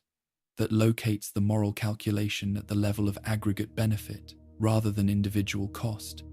and that assigns the evaluation of that calculation to people sufficiently distant from the specific individuals, bearing the cost to perform the evaluation without the interference of direct knowledge of what those individuals were experiencing. West-Tec Research Facility and its FEV development program present a different structure of corporate complicity, one organized not around the design of experiments in which harm was a research variable, but around the development of a technology whose harmful applications were understood from an early stage and whose development continued anyway because the institutional incentives that governed the program were oriented toward technological achievement rather than toward the evaluation of what the technology would be used for. The West-Tec records document the progression of the FEV research across its development phases with the specific precision that military contracted research programs apply to their deliverables, each phase documented against the performance specifications that the contract required, each deviation from specification addressed through protocol modification, each successful result logged as evidence of progress toward the defined objective. The defined objective was the production of a biological agent capable of rewriting the fundamental genetic code of target organisms in directions specified by the program's military clients. That the rewriting would be applied to human beings, that the human beings to whom it would be applied would not have consented to its application, that the results of the application in the cases where it was deployed would be the comprehensive destruction of the original person in favor of something that the original person had not chosen to become. These were not questions that the West-Tec research program was organized to evaluate, because the evaluation of what the technology would be used for had been assigned to the military clients who had commissioned its development, and the West-Tec researchers understood their responsibility as ending at the boundary of their specific technical deliverable. The individual subjects documented in the West-Tec files are present in those files as test cases records of specific exposures and specific outcomes, catalogued according to the research program's documentation requirements, identified in ways that preserve enough individual information to make the case records scientifically useful, while systematically omitting the kinds of information that would make the records personally affecting to the people maintaining them. The specific people behind the case records, who they had been before their exposure, what circumstances had placed them in a position where their exposure was possible,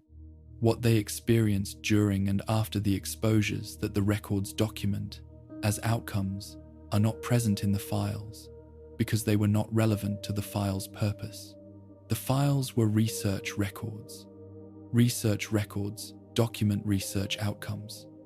The institutional framework within which the files were created had determined in advance what counted as relevant information,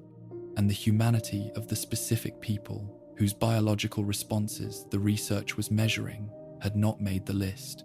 Robco's RoboBrain program represents a different quality of corporate atrocity, one that required, as its ongoing operational condition, the procurement of a specific biological component that could only be obtained from living human beings,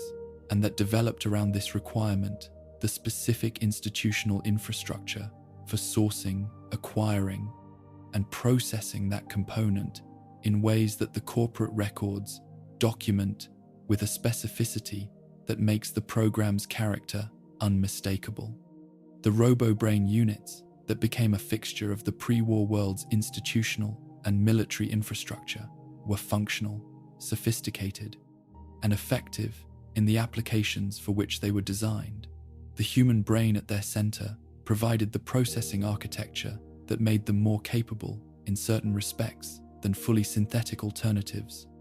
and the corporate records document the performance advantages of the biological component with the enthusiasm of engineers describing a successful design solution. The records of how the brains were sourced are present in the files alongside the performance documentation in the specific bureaucratic language that corporate procurement systems apply to the acquisition of components, intake procedures, quality assessment protocols, documentation of the transition from biological to mechanical integration. What the procurement records reveal about the population from which the brains were sourced, and the specific mechanisms through which individuals from that population were identified and acquired, constitutes the most directly disturbing element of the RobCo documentation, the evidence that the corporate framework had developed around the reality of what it was doing, a sufficient layer of administrative normalization that the people managing the procurement could perform their functions within the vocabulary and the behavioral norms of ordinary institutional life. The question of whether the brains retained any form of consciousness or subjective experience after integration into the RoboBrain units is a question that the RobCo records address in a specific way.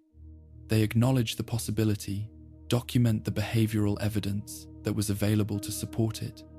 and record the corporate decision about how to respond to that evidence. The decision was behavioral modification, not program termination. The specific behavioral anomalies that the integrated brains exhibited, the patterns that, in the record's own clinical language, suggested the retention of subjective experience and the specific distress that accompanies the loss of bodily autonomy and the confinement of consciousness within a mechanical system that the consciousness did not choose and cannot exit,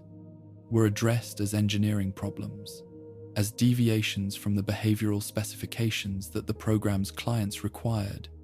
to be corrected through the modification of the biological component's responses, rather than through any reconsideration of whether the program's foundational premise was one that the corporation should be pursuing. Nuka-Cola's handling of the radiological properties of its quantum variant is a different kind of corporate record, one that documents not the development of a weapons program or the instrumental use of human beings as research material, but the specific commercial calculation that a corporation makes when the evidence of its product's harmful character conflicts with the commercial interests that the product's continued sale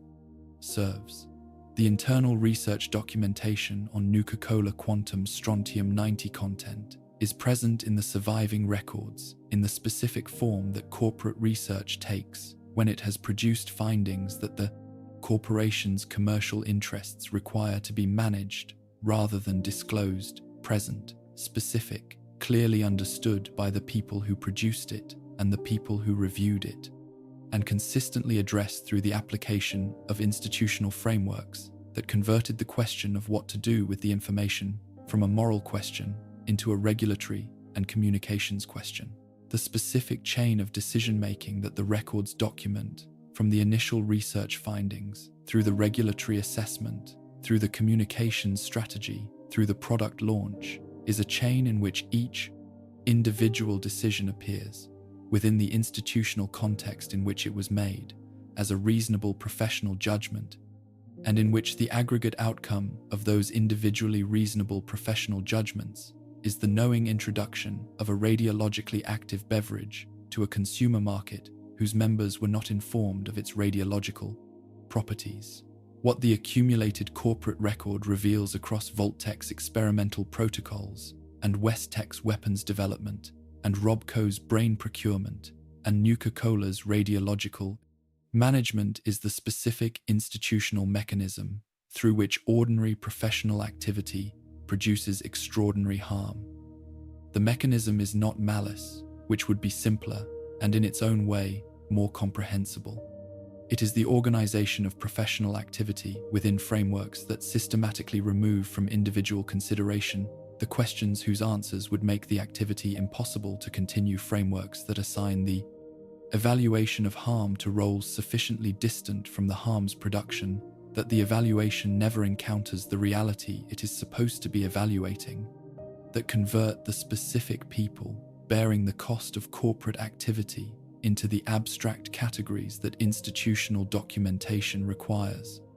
that structure, incentives, and accountability relationships in ways that make the achievement of defined objectives the criterion of professional success and the evaluation of what those objectives are doing to the people they encounter, the problem of someone else's department. The pre-war corporations built these mechanisms with the same competence and the same professional dedication that they brought to everything else they built. The mechanisms worked exactly as designed, and what they produced, in the full accounting of the wasteland's corporate record, was a civilization that understood itself as technologically sophisticated, commercially dynamic, and institutionally legitimate, and that was, at the level of what its most powerful institutions were actually doing, a system organized around the extraction of value from human beings through methods that the institutional frameworks had been specifically designed to make invisible to the people performing them. 200 years is not, in any ordinary human accounting, a duration that a single consciousness was designed to contain. The specific architecture of human memory, the way it organizes experience into narratives, the way it weights recent events against distant ones, the way it allows the past to soften into something livable through the progressive conversion of sharp specific recollection into the more generalized form of memory that time produces, was developed across the full span of human evolutionary history in response to the specific challenges of a lifespan that ended under ordinary biological conditions, before the accumulation of experience became too heavy for the psychological infrastructure of a single person to sustain. The ghouls of the wasteland exceeded these ordinary biological conditions by a margin so large that the frameworks designed to manage a normal human life's worth of experience were simply inadequate to what the ghouls were required to carry, and what the records of specific ghoul lives reveal about what this inadequacy produced in the people living within it constitutes one of the wasteland's most quietly devastating archives, the documentation of what it costs human consciousness to outlive not just the people it loved, but the entire civilization within which the meaning of those people was embedded. Raul Tejada had been a young man in Mexico City on the morning of October 23rd, 2077. The specific quality of that morning, what it looked like from the specific location where he was when the first detonations registered, what the subsequent hours produced in their specific sequence, What the days and weeks that followed required of a person trying to survive in an urban environment that had been comprehensively destroyed is documented in fragments across his personal history, preserved with the specific mixture of precision and gap that characterizes memory that has been carried across a very long time. He remembered specific things with extraordinary clarity. He remembered other things in the way that events remembered across 2 centuries are remembered not as sharp recollection, but as the residue of recollection, the outline of an experience whose specific texture has been worn smooth by the passage of time and the accumulation of subsequent experience that has progressively diluted its claim on the present moment. What he could not forget, what the specific architecture of grief does not permit to be forgotten, regardless of the duration of the carrying, were the specific people whose loss the transformation of Mexico City into ruins had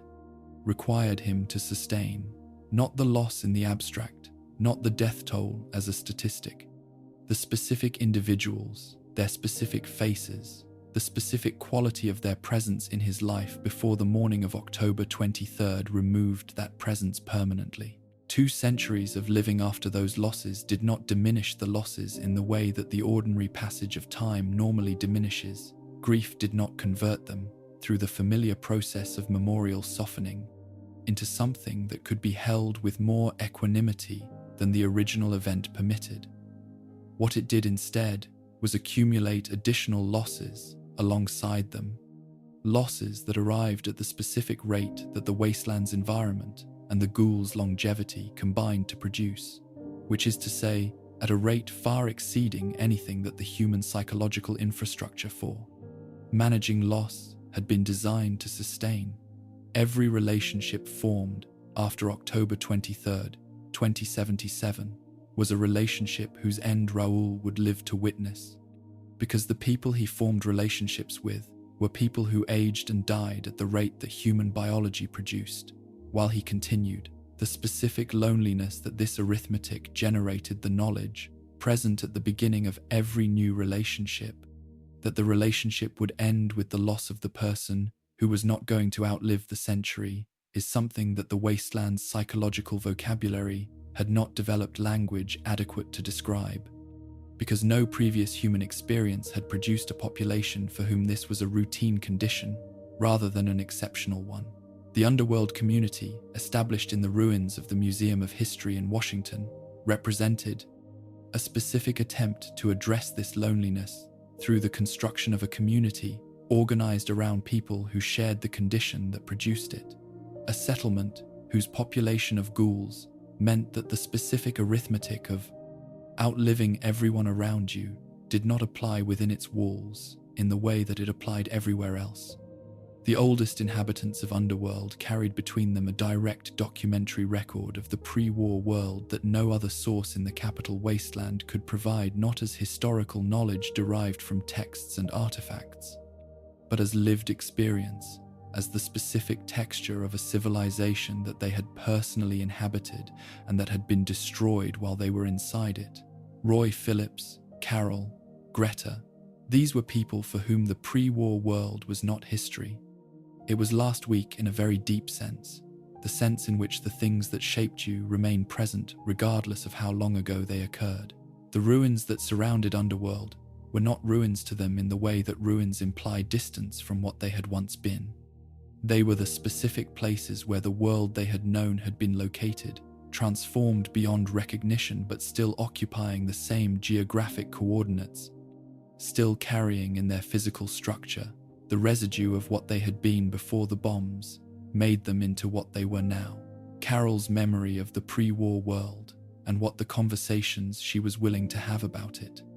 revealed about the specific quality of carrying 2 centuries of witness is among the more precise documentations available of what long-term ghoul survival actually produced in the consciousness sustaining it. She remembered specific things about the world before the bombs, not general features of the civilization, not the broad strokes of what pre-war America had been like, but specific things, the kind of specific things that memory preserves when it has been organized around personal experience rather than historical knowledge. what food tasted like before it was grown in contaminated soil, what the specific quality of ambient sound in a functioning city was, the layered complexity of noise produced by hundreds of thousands of human beings in continuous motion, a noise that the wasteland settlements could approximate in their best moments. But that always fell short of the original in ways that she could identify precisely because she carried the original as a direct reference. What it felt like to exist in a world that was not, at every moment, requiring from you the specific quality of vigilance that the wasteland's conditions demanded. These were not abstract deprivations. They were specific absences, each one corresponding to a specific presence that she had experienced and that the world no longer contained, carried across 2 centuries as the particular form of grief that belongs to people who remember what is gone. The feral ghouls that inhabited the ruins of every major pre-war settlement added a dimension to the ghoul archive that the intelligent ghouls who documented their own experience could not provide, not through testimony, which they were no longer capable of giving, but through their presence in the specific locations where the evidence of who they had been remained preserved around them. The feral ghoul encountered in a specific building was, in the most direct sense available, a person who had been in that building before the bombs and who had remained there across 2 centuries,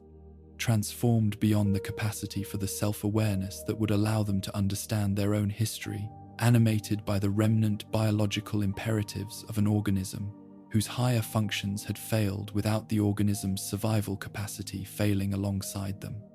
The specific horror of feral ghoul locations is not the horror of dangerous creatures occupying abandoned spaces. It is the horror of people,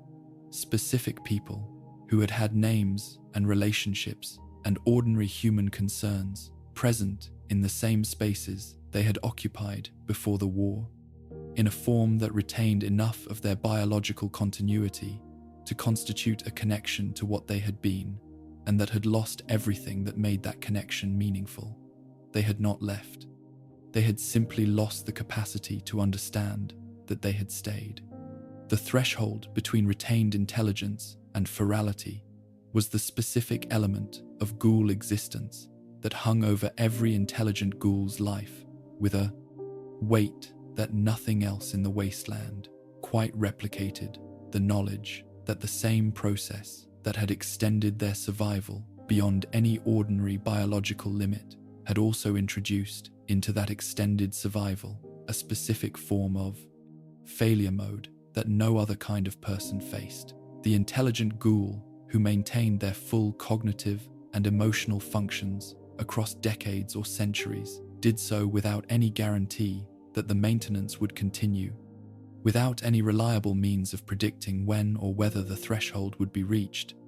without any external sign that the approach of the threshold was occurring until the approach had advanced to a point where the person experiencing it might no longer have the self-awareness to recognize what was happening. Some ghouls who had maintained their full faculties for decades underwent the transition with a suddenness that left their communities without adequate warning. Others deteriorated gradually, their communities able to observe the progression, the increasing frequency of confusion, the personality changes that arrived without apparent cause, the progressive fragmentation of the continuous narrative of self that normally organizes conscious experience into something coherent across time. What an intelligent ghoul knew about this possibility, and what that knowledge did to the experience of the extended life the ghoulification had provided, is something that the specific individuals whose histories of the franchise preserves document in different ways that reflect the full range of human responses to the knowledge of a particular form of eventual failure. Some treated it with the specific pragmatism that the wasteland cultivated in people who had learned through extended experience that most fears were best managed through practical precaution rather than through the emotional engagement, with the feared outcome that practical precaution was designed to prevent. They monitored their own cognitive function with the same attention that they applied to monitoring their radiation exposure and their supply levels, as a practical variable in the management of their continued survival, requiring specific behavioral responses when specific thresholds were approached. Others could not maintain this pragmatic distance, and for them, the knowledge of the threshold's existence was a source of existential dread that the ordinary consolations available to people facing ordinary mortality, the consolations of legacy, of having lived fully, of the natural completion of a life that had run its intended course, did not adequately address, because what they were facing was not the natural completion of anything, but the specific failure of the mechanism that had been sustaining them, in a form that would leave behind a body that was still animated and a mind that had ceased to be theirs. The wasteland's ghoul population was, in this accounting, the most honest mirror it produced of what the Great War had actually cost, not in the statistical terms of casualties and infrastructure, which were real and massive and beyond any adequate comprehension, but in the specific human terms of what it meant for consciousness to persist through circumstances that consciousness was not designed to persist through. The ghouls who remembered the pre-war world were not simply survivors.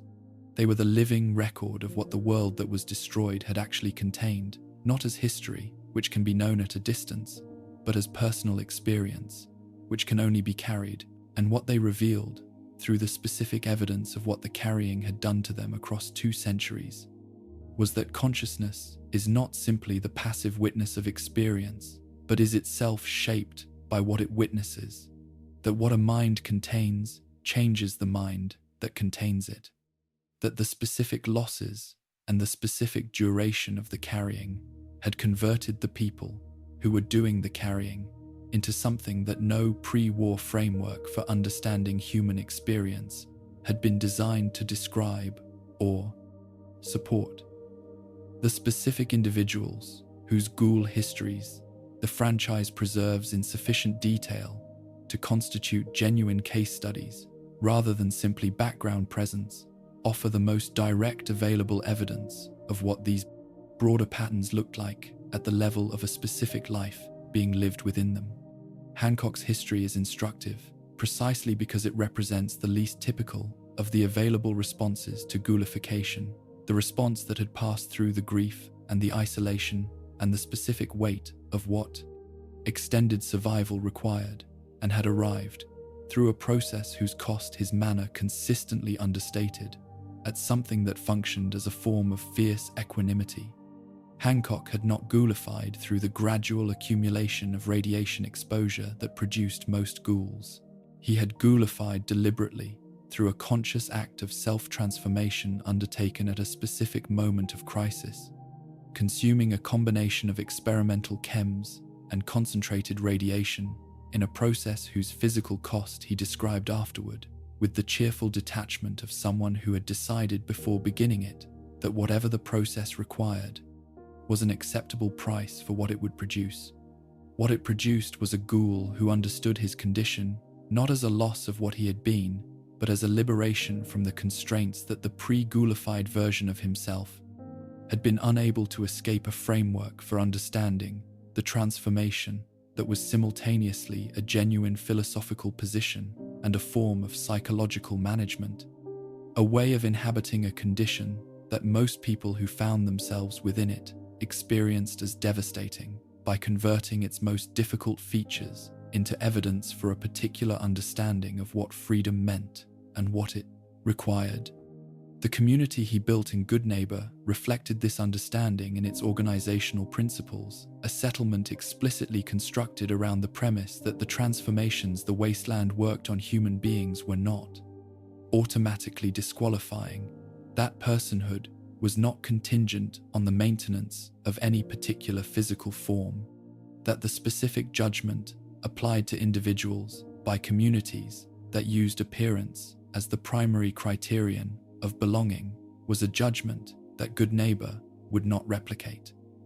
This was not simply a policy position. It was the specific form that Hancock's personal philosophy had taken when translated into institutional terms, the external expression of an internal conclusion that he had reached through the specific experience of being a ghoul in a wasteland that treated ghouls as something between a nuisance and a threat. The social reality that most ghouls navigated in most wasteland communities was considerably less accommodating than the philosophy of good neighbor suggested was either possible or common. The discrimination that ghouls encountered in settlements across every region of the wasteland was not the product of careful reasoning that had arrived at an incorrect conclusion through a failure of logic. It was visceral and immediate and organized around the most ancient of human threat assessment responses, the instinctive wariness of physical abnormality that reads visible difference as potential danger, the deep biological aversion to the specific combination of features that ghoul appearance presented, which triggered in many observers the same response that the appearance of serious illness or injury triggered the specific impulse to create distance, to avoid contact, to treat the person presenting the concerning features as a potential source of the harm that the features suggested. Diamond City's policies restricting ghoul residency were not the product of malice in any simple sense. They were the institutionalization of an instinctive response, given formal expression through administrative procedure, and thereby converted from a feeling that individual community members might have examined and revised through deliberate reflection into a policy that removed the need for individual reflection by providing a rule that answered the question in advance. The ghoul traveler, approaching an unfamiliar settlement, carried the uncertainty of this social reality as a constant feature of their navigation of the wasteland's human geography, the specific uncertainty of not knowing, until the moment of encounter made it clear whether the settlement would receive them as a person seeking shelter or engage them as a threat to be neutralized. This uncertainty shaped behavior in ways that went beyond the specific moments of uncertain approach. It shaped the entire orientation of the ghoul's relationship to human communities, the specific calculation required before every approach, the development of behavioral strategies designed to minimize the time required for an unfamiliar community to make its determination, the specific form of social intelligence that extended experience of this kind of encounter produced in people who had been navigating it across decades or centuries. The ghouls who had survived longest in the wasteland's human communities had developed this social intelligence to a degree that their non-ghoul contemporaries generally did not recognize as the achievement it was. Achievement of sustained social participation in communities that were structurally disposed to exclude them, maintained across years and decades through a combination of demonstrated usefulness, carefully managed presentation, and the specific form of patience that comes from having outlived enough communities to understand that the patience was survivable even when the exclusion was not. The weight of this sustained social navigation, the continuous requirement to manage one's presentation to communities that were predisposed to read ghoul appearance as a reason for exclusion, to demonstrate value in excess of what non-ghoul members were required to demonstrate, to exist within communities whose acceptance was always conditional in ways that the acceptance extended to other members was not accumulated across the years and decades of a ghoul's extended life in ways that the ordinary human experience of social marginalization, which was itself costly enough, did not fully parallel.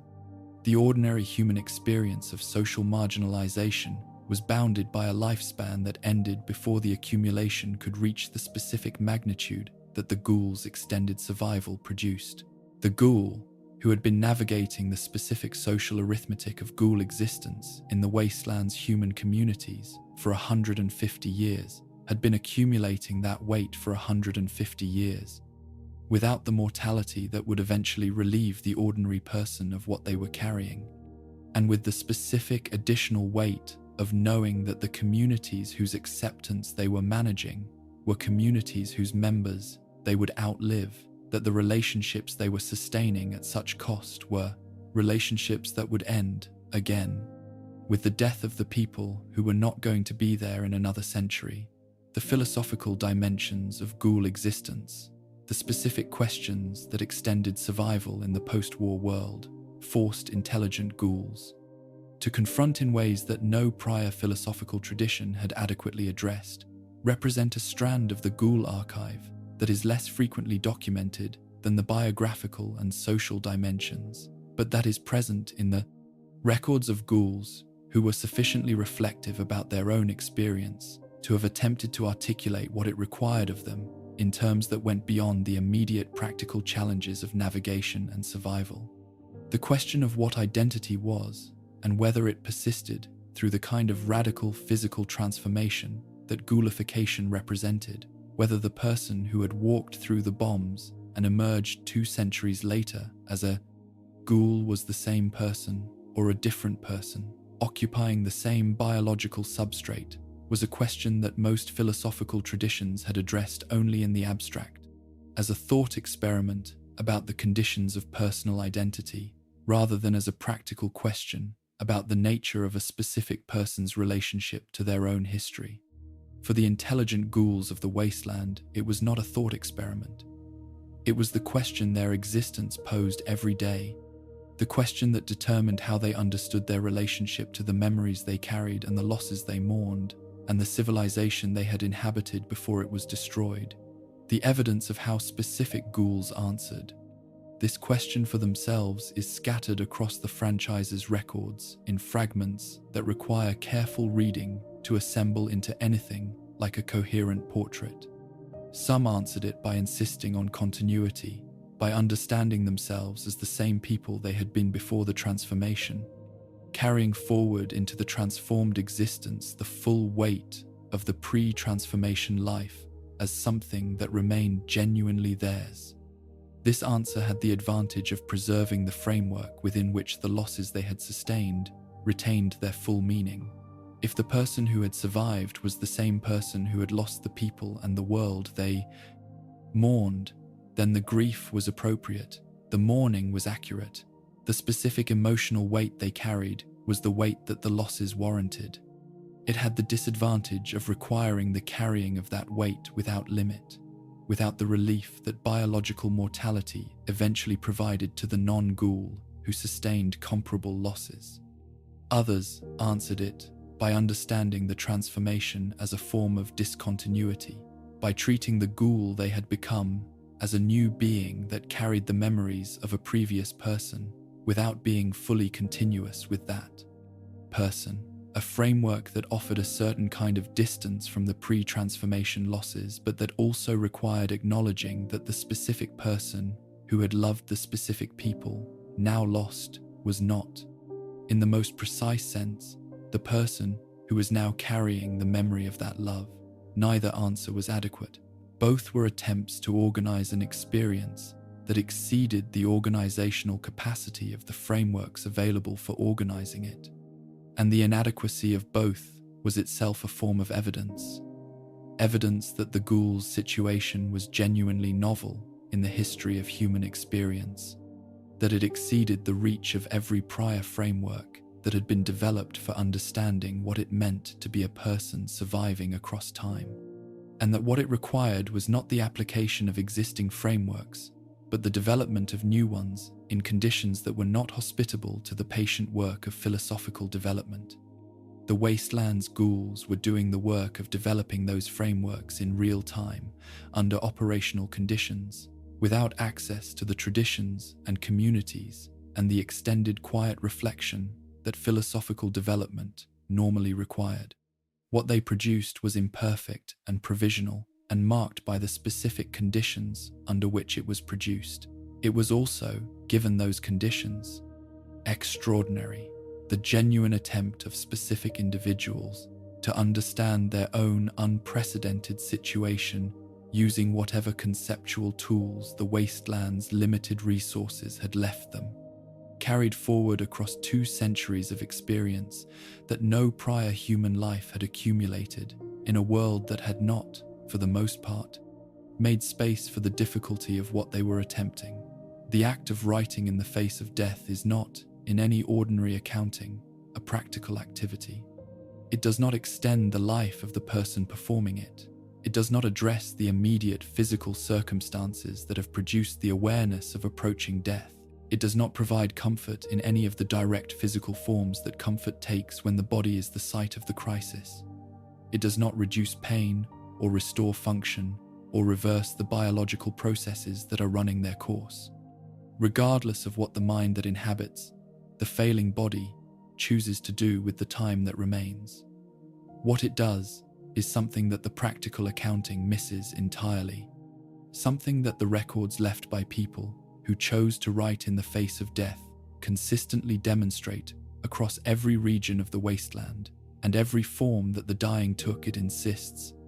against the specific indifference of a world that has ceased to care about human significance, that what happened to a specific person in a specific place at a specific moment was real and mattered and should not be absorbed into silence.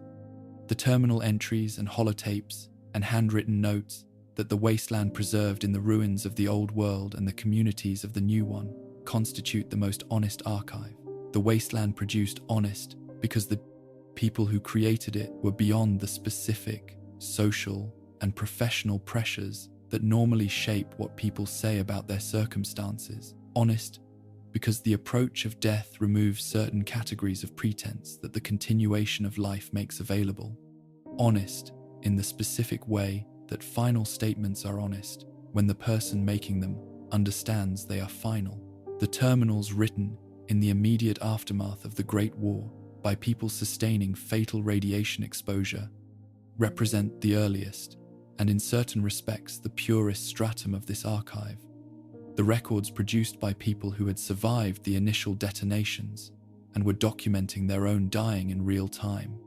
in the specific cognitive and emotional condition that acute radiation sickness produces as it progresses through its stages. What these entries reveal about human consciousness in the hours and days following massive radiation exposure is something that the pre-war medical literature had documented in clinical terms, and that the terminal entries document in experiential ones, the specific quality of the latent period, when the immediate symptoms had subsided and the body's repair mechanisms were producing something that felt, from the inside, like improvement, when the people writing these entries were composing them in a condition of apparent recovery that the records they were creating would outlast. The gap between what the writers experienced during the latent period and what the biological reality of their situation actually was constitutes one of the archive's most disturbing features. The specific cruelty of a disease process that provided a window of apparent wellness in which its victims could compose coherent accounts of their situation, accounts whose coherence would persist in the archive long after the coherence of the person who created them had ended. The shelter terminals that document the progressive closing of options represent a different and, in some ways, more protracted form of the same essential record. The accounts of people who had survived the immediate crisis and found themselves in situations whose resolution narrowed and narrowed across days and weeks until the narrowing reached its terminal point. The entries that document running out of water are among the most precisely affecting documents in the Wastelands archive, because water scarcity produces a specific and well-documented progression in human consciousness that the terminal entries capture with an accuracy that no deliberate documentation effort could have produced. The progressive cognitive impairment, the specific quality of desperate rationality that a dehydrating brain produces, the entries that begin with composed assessment of the situation and end with something that retains the form of coherent writing, while the coherence has begun to fail in ways that the writer cannot observe because the instrument of observation is the same instrument that is failing. Reading these entries in sequence is reading a specific kind of biological autobiography, the record of a mind documenting its own dissolution, preserving in the archive the specific markers of the dissolution's progression with an accuracy that was unintentional and is therefore more complete than any intentional documentation would have been. The food scarcity records occupy similar territory but unfold across longer timelines that allow a different kind of documentation. the records of people managing a situation over weeks and months rather than days, making and documenting decisions about resource allocation and prioritization and the specific moral calculations that genuine scarcity forces upon communities and individuals who understand that the resources remaining are insufficient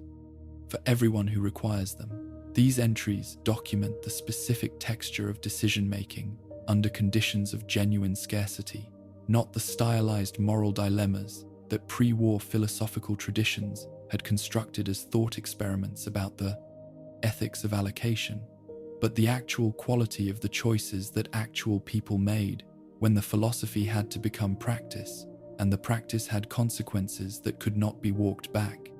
What the entries reveal about what people actually did in these situations, as distinct from what philosophical frameworks predicted they would do, or what moral codes specified they should do, constitutes some of the archive's most instructive evidence about the specific relationship between moral principle and actual behavior when the conditions that normally sustain the relationship between them have been removed. The confessional terminals, the entries written not to document circumstances but to discharge something, to transfer from the interior of a dying person to the permanent record of the wasteland, some account of what they had done or witnessed that they needed to have known before the knowing was lost with them, represent the archive's most intimate stratum, and in certain respects its most disturbing one. The Vault 11 overseer, whose private terminal records document her relationship to the sacrifice lottery she administered, is among the most carefully drawn of these confessional figures, a person whose public administrative function required the maintenance of a specific performance of institutional authority, and whose private records reveal the specific interior landscape that the performance was concealing,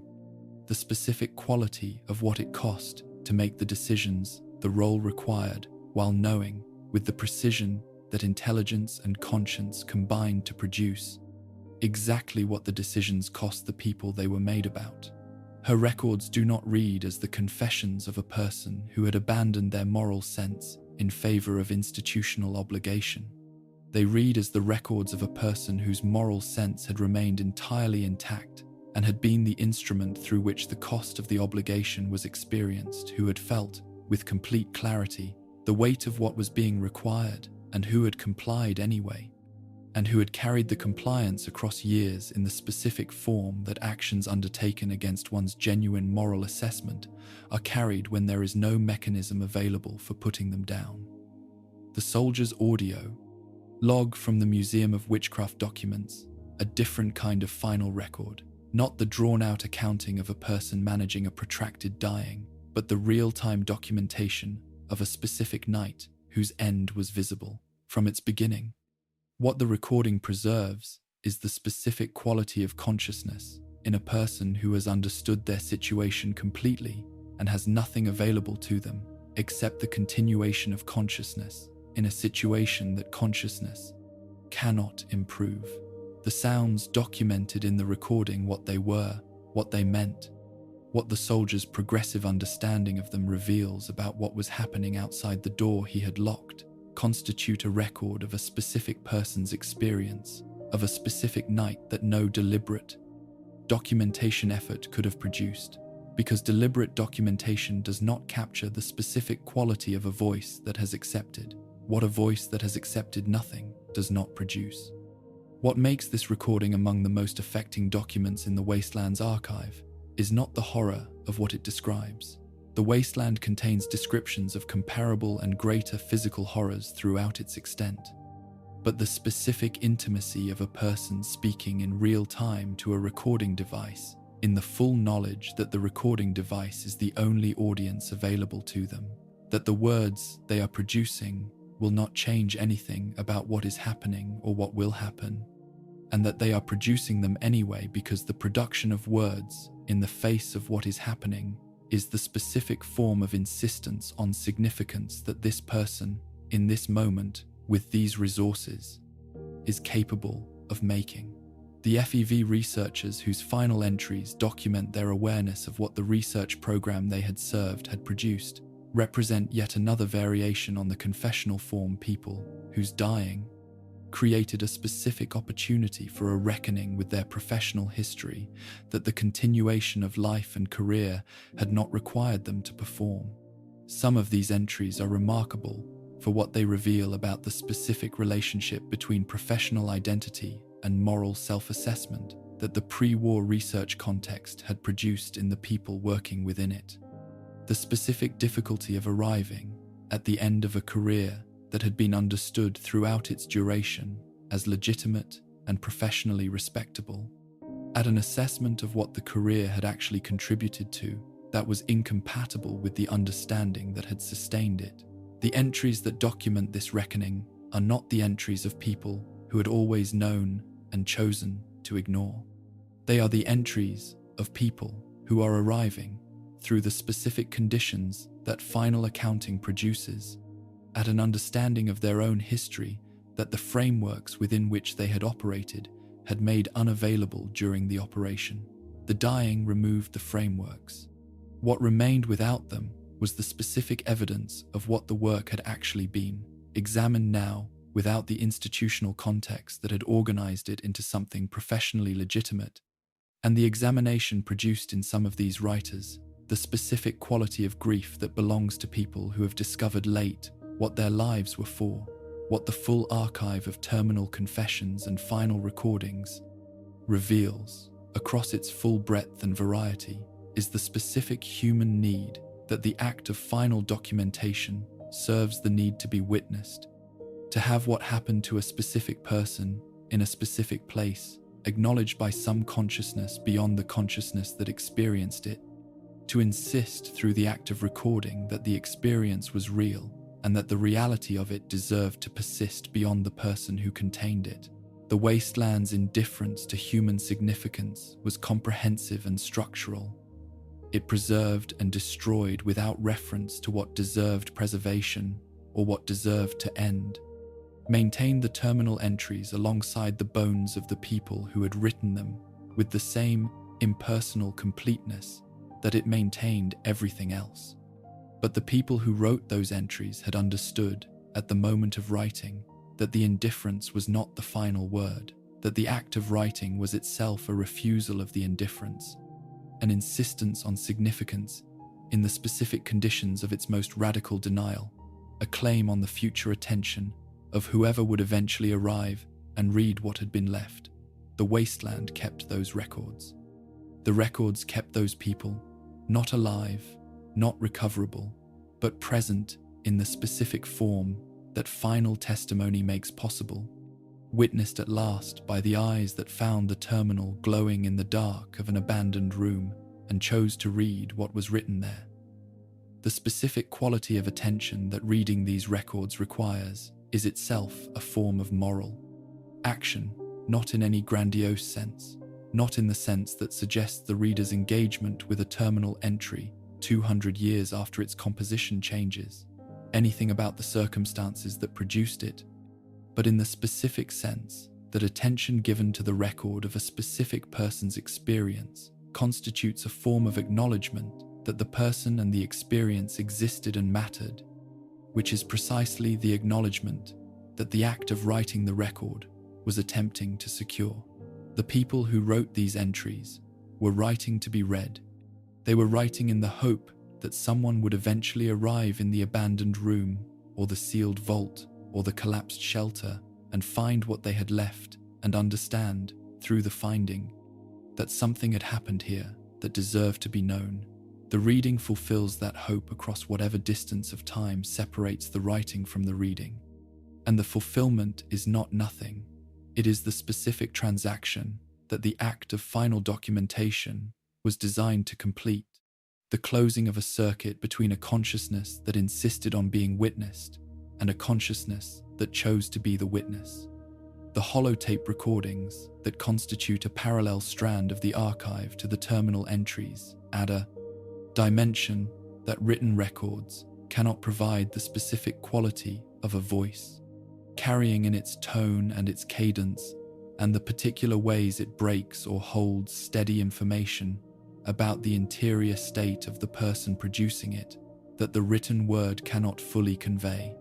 A person can write in a controlled register that conceals the emotional reality of their situation. A voice is harder to control, and the holotapes that the wasteland preserved reveal in their voices things that the speakers may not have intended to reveal. The specific tremor that a voice produces when the person speaking is managing the effort of not expressing what they are experiencing, the places where the managed tone fails, and the unmanaged reality of the situation enters the recording with the specificity that only direct sonic evidence can carry. The soldier in the Museum of Witchcraft spoke in a voice that was doing specific work to remain coherent, and the work is audible in the recording alongside the content, the effort of someone who has decided that what they are saying should be said clearly and who is maintaining the clarity in conditions that make clarity difficult. That effort, preserved in the recording, is itself a form of testimony about what the situation required of the person enduring it. The written entries carry their own equivalent of this vocal evidence in what might be called the typography of distress, the specific ways that handwriting deteriorates under conditions of extreme physical or psychological stress, the points in typewritten terminal entries where the composition loses the grammatical and syntactical control that earlier entries maintained, the entries that end mid-sentence in ways that leave the reader to complete the picture from the evidence of the incompletion, rather than from any explicit account of what caused it. These formal features of the records are not incidental to what the records convey. They are themselves evidence about the specific conditions under which the records were created, about what was happening to the person creating them at the moment of creation, about the relationship between the deteriorating record and the deteriorating situation that the record was attempting to document. The terminal entry that maintains perfect syntactical control across 3 paragraphs and then ends with a fragmentary fourth is conveying through its form something about the 4th paragraph's circumstances that its content, had it been completed, might have been unable to say directly. The children's records that appear in certain shelters and vault locations represent the most difficult stratum of the archive for reasons that are immediate and require no extended analysis. The specific quality of a child's voice or handwriting, applying itself to a situation that no child should be required to apply themselves to, is self-evidently among the most disturbing forms of evidence that the Para Wastelands archive contains. What makes these records additionally significant, beyond their immediate affective impact, is what they reveal about what children understood of their situations, which is frequently more than the adults around them appear to have wanted them to understand, and which was processed and expressed through the specific frameworks that childhood provides for organizing experience that exceeds the capacity of those frameworks. The drawings found in certain shelter locations, the brief handwritten notes that children left in the margins of the records their parents were keeping, the short holotape recordings that children made in imitation of the adult recordings happening around them. These constitute a subsidiary archive within the archive, documenting the specific experience of the catastrophe as it was received by people whose cognitive and emotional development had not yet produced the resources for managing it that adults possessed, and who were therefore receiving it directly in ways that adults with more sophisticated defenses available were not. The records of communities that persisted beyond the immediate crisis, but whose situation eventually became untenable, document a specific form of dying that is distinct from the individual dying that the shelter and vault records preserve. The dying of a community, the progressive loss of the social fabric that had held a group of people together in a shared project of survival, documented in records that span the period from the community's functioning coherence to its eventual dissolution. These community records are among the most structurally complex documents in the Wastelands archive because they preserve multiple voices across an extended timeline, voices that are in relationship with each other and that document, In the course of documenting their individual perspectives on the community's situation, the changes in those relationships as the situation deteriorated, the specific dynamics of social breakdown under conditions of acute scarcity, the formations and dissolutions of alliance, the emergence of internal conflict, the specific moments when the communal framework that had organized shared survival ceased to be sufficient to manage the pressures being exerted on it, are documented in these records with a granularity that no external observation could have produced, because the records were produced by people who were inside the dynamics they were documenting, whose perspectives were shaped by their specific positions within the community, and whose accounts therefore carry the specific limitations and insights that positional knowledge provides. What the full range of terminal confessions and final recordings ultimately constitutes is the wasteland's most direct answer to its own most persistent indifference, its most definitive evidence against the proposition that what happened to specific people in the catastrophe and its aftermath was simply absorbed into the general statistical reality of the mass death that the Great War produced, lost in the magnitude of the destruction, as individual experience always risks being lost in the magnitude of collective catastrophe. The people who wrote these entries and recorded these tapes refused that absorption.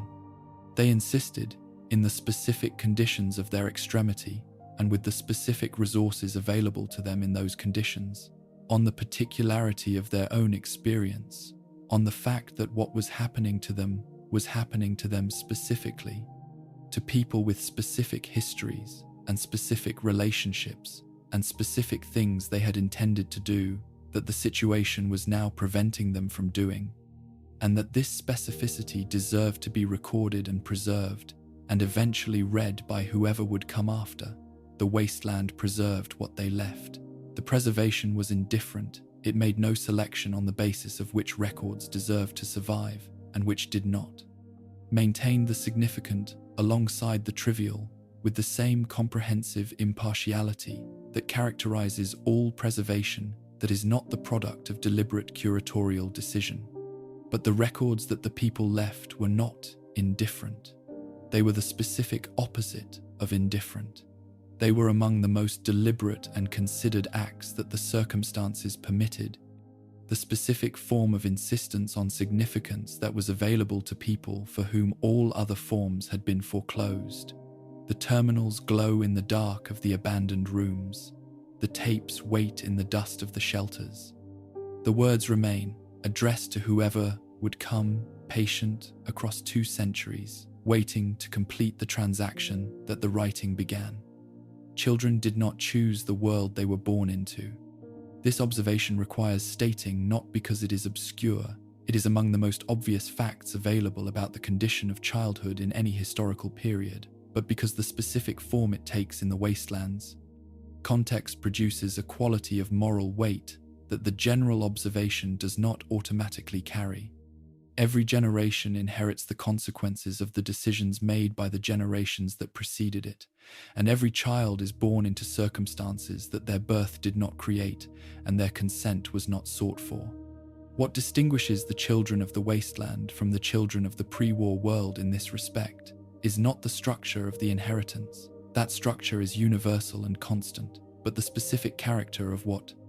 was inherited, the specific magnitude of the decisions whose consequences the children of the post-war world received as the foundational conditions of their existence, the radiation in the soil beneath their feet, the ruins on the horizon that had once been cities, the specific dangers that organized the daily texture of their lives and shaped the specific form that childhood took in a world that had not arranged itself with childhood's particular vulnerabilities in mind. They had not asked for any of this. The asking was never offered. They were simply born into it and were required, as children have always been required, to begin from whatever they found. The community of Little Lamplight in the capital wasteland represents the most concentrated available expression of what the wasteland required of its youngest inhabitants, when the adults who should have been responsible for those requirements were absent. The children who found their way to the cave system that became Little Lamplight arrived through the specific combination of accident and desperation that governed most of the wasteland's settlement history people in need of. Shelter, finding a space that could provide it. The initial presence of a few becoming, over time, the critical mass that a community requires to sustain itself. What distinguished Little Lamplight from other settlements built through similar processes was the age of its founders and its subsequent population. Young people who had organized themselves in the absence of adult guidance into a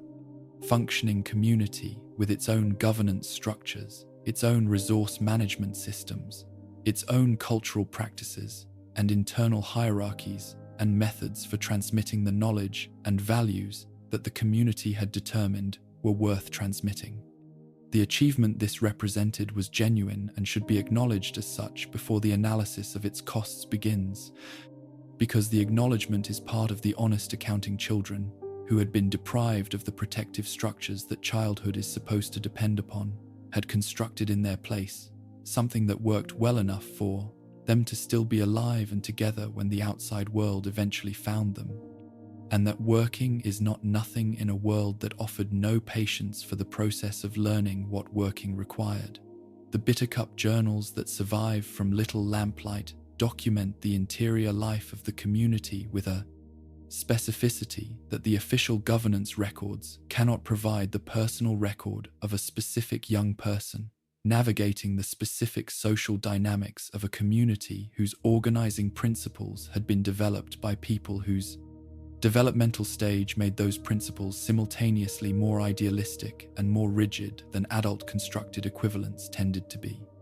What the journals reveal about the specific texture of life in Little Lamplight is not primarily the dramatic evidence of children managing exceptional circumstances, though that evidence is present throughout, but the more quietly disturbing evidence of ordinary childhood experience attempting to proceed within a context that was structurally incompatible with it. The social concerns that the journals document questions of belonging and status, and the specific anxieties of adolescence, and the navigation of relationships among people whose proximity was not chosen but was simply the condition of their shared situation, were the ordinary concerns of the developmental stage the journal's author was passing through, attempting to resolve themselves within a context that had none of the external structures that normally provide the scaffolding for their resolution. The journal is disturbing not because it describes exceptional suffering, but because it describes the attempt of ordinary childhood experience to proceed in conditions designed to make it impossible, and the specific forms of incompleteness and distortion that the attempt produced. The aging out policy that governed Little Lamplight's membership, the rule that children who reached the age of 16 were required to leave the community and enter the wasteland through murder pass, was not the product of cruelty or indifference, but of the specific institutional logic that the community's founding population had developed in response to the specific circumstances of its situation. Adults could not enter Little Lamplight, and the boundary had been maintained because the community's experience of adults had taught it that the boundary was necessary.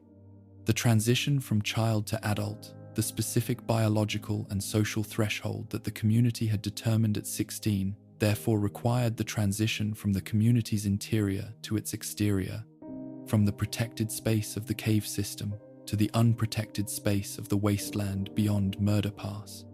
What this policy meant in the experience of the specific young people who reached that threshold is documented in the records that survive from the community, the specific quality of the final days before a departure that was both necessary within the community's framework and genuinely terrifying in terms of what it required the departing person to face, the specific relationships between those approaching the threshold and the younger community members they were leaving behind,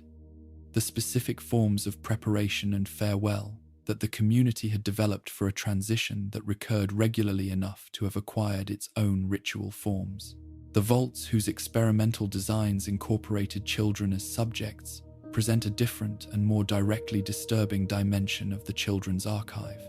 the records of children who were inside experimental protocols without any awareness that this was what they were inside, whose entire developmental experience was shaped by conditions that had been designed to produce specific research outcomes rather than to support the specific needs of the developing human beings experiencing them. Vault 81's records document the generations of children who received experimental treatments under the pretense of standard medical care.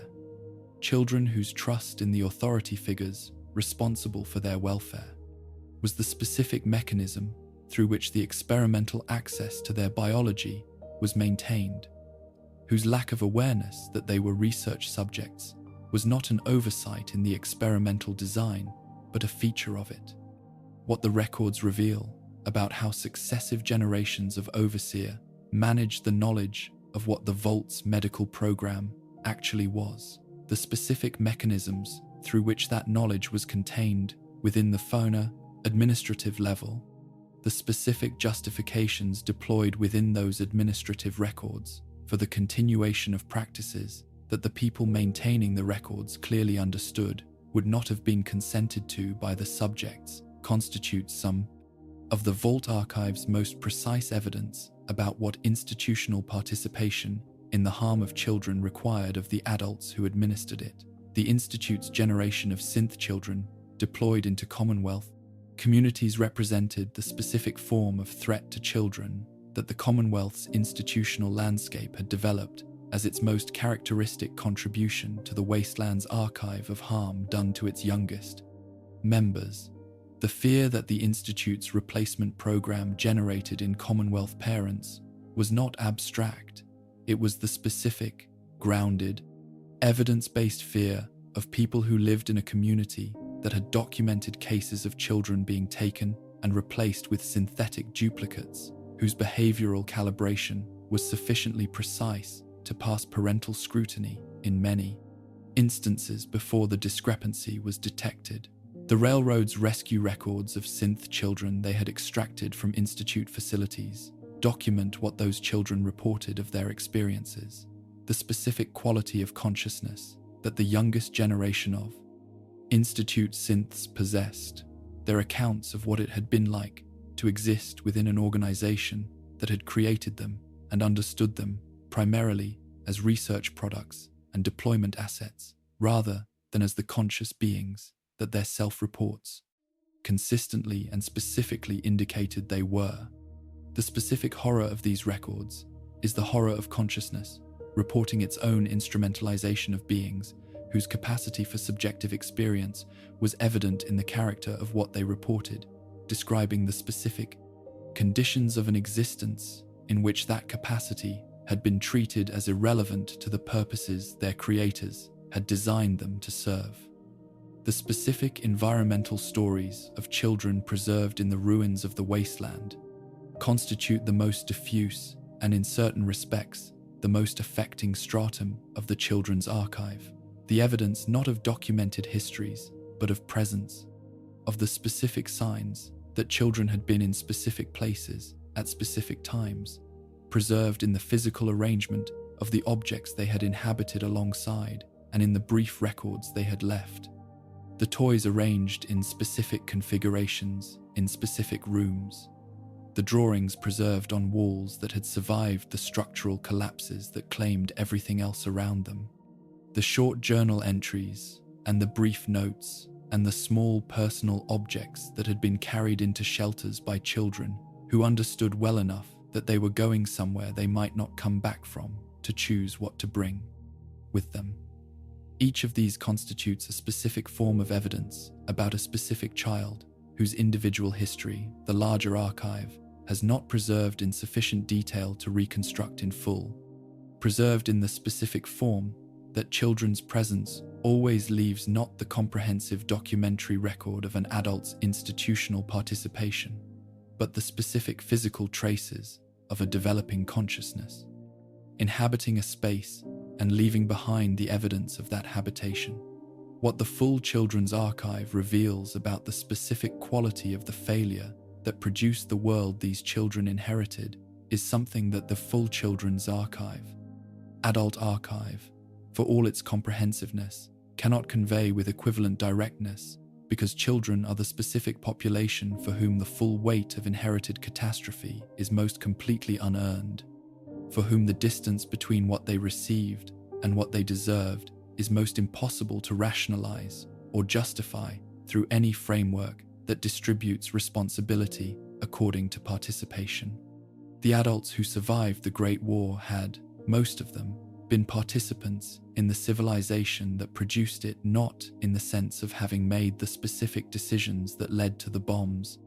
but in the sense of having inhabited and sustained, through their participation, the institutions and the culture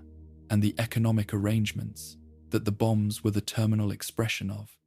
The children who inherited the wasteland had participated in none of it. They were the purest expression of the specific form of harm that one generation can do to subsequent ones, the imposition of consequences that the imposing generation will not fully survive to experience on a generation that had no opportunity to prevent their imposition and no recourse against their inheritance. The wasteland's children did not get to choose the soil they were born into, or the ruins on the horizon, or the specific dangers that organized their days. They got only the requirement to make something of what they found, which they did, with the specific combination of resilience and cost that the wasteland extracted from everyone who made something within it. Power does not corrupt, in the simple sense that the familiar formulation suggests, does not arrive as a neutral force and transform through contact the character of the person who receives it into something that the pre-power version of that person would not have recognized or endorsed. What power does, in the more precise accounting that the wasteland's evidence consistently supports, is reveal. It removes the external constraints that normally shape behavior regardless of the internal dispositions of the person whose behavior is being shaped. And what it reveals in the removal is the specific character of those internal dispositions when they are no longer required to negotiate with the accountability structures that would otherwise check their expression. The Vault Overseer system was, in this accounting, among the most precisely designed mechanisms for this kind of revelation that the pre-war world produced a system that selected specific individuals, provided them with comprehensive authority over the populations they administered, removed from their operational environment every meaningful form of external accountability, and then documented, through the records that the overseers themselves maintained and through the evidence that the vaults preserved in their physical and documentary structure, what specific individuals did with comprehensive authority in the complete absence of external constraint. The Vault 101 overseer, whose administration is documented across the records that survive from that facility,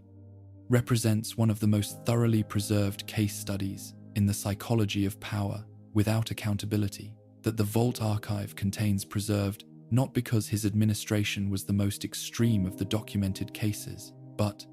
because the evidence of it is sufficiently comprehensive and sufficiently consistent to allow the reconstruction of something approaching a complete portrait of what the authority he had been given produced in him across the decades of his exercise of it. The administrative records he maintained document the development of his understanding of his role from the institutional framework within which he had initially received it, the framework that understood the overseer as the guardian of the vault's population,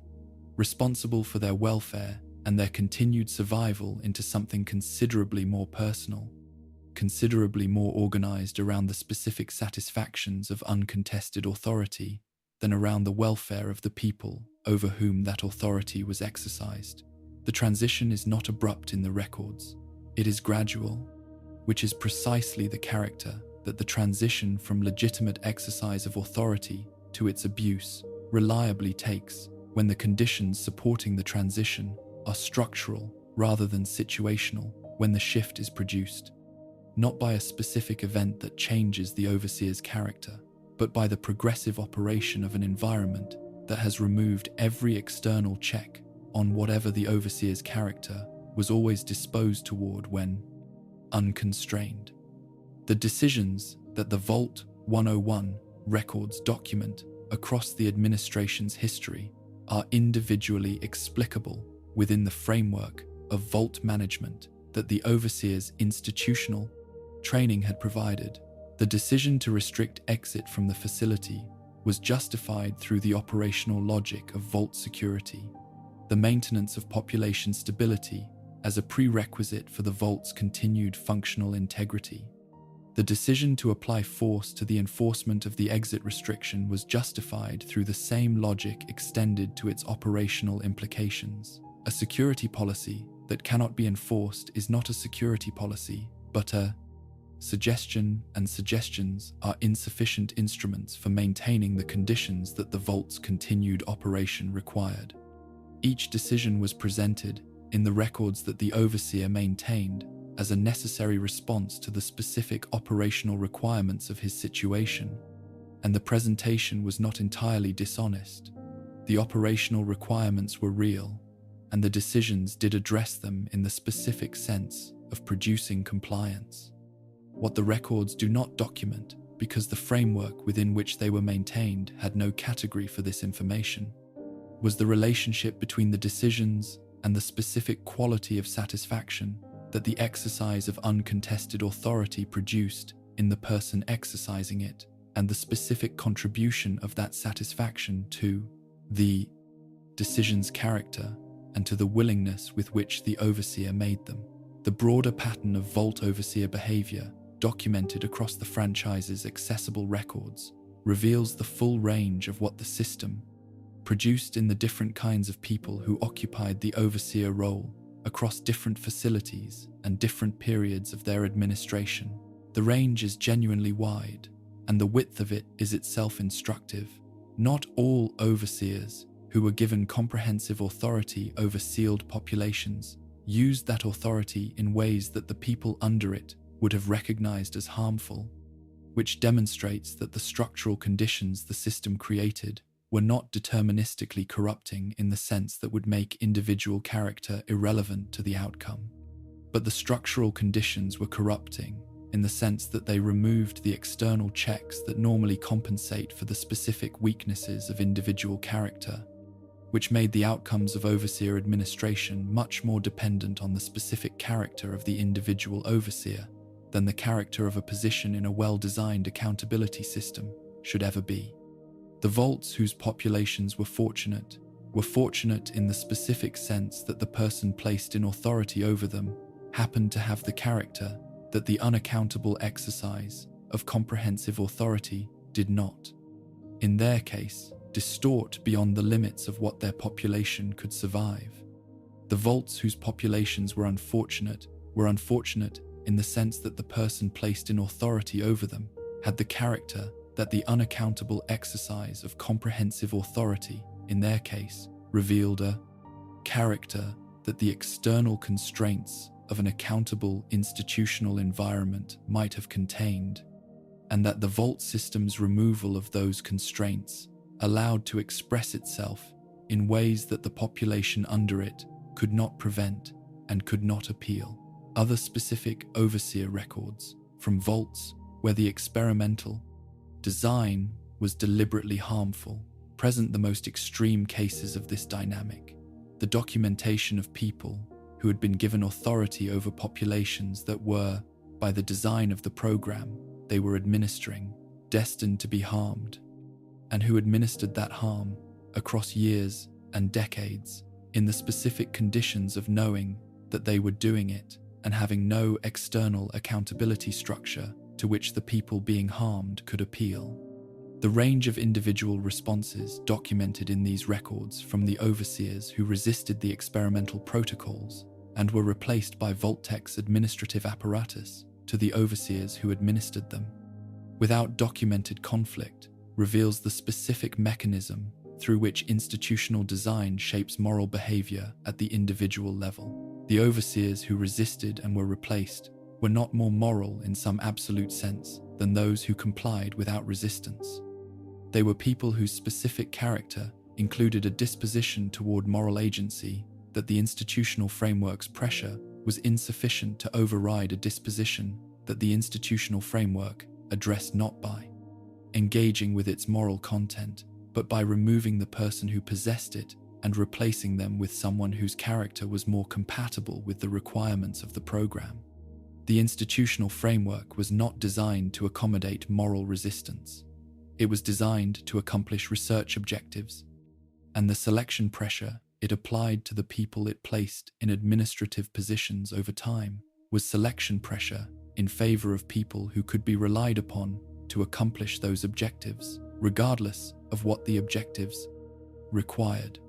The new California Republic's documented corruption represents the extension of the same dynamic from the sealed vault environment into the larger-scale institutional context of a functioning political system.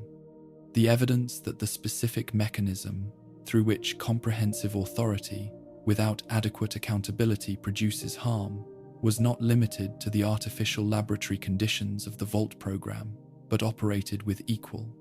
consistency in the institutional structures that the post-war world's most ambitious political project had constructed. The Brahmin Barren land acquisition records that survive from the Republic's expansion period document the specific mechanism through which the Republic's democratic framework was used by those with sufficient resources to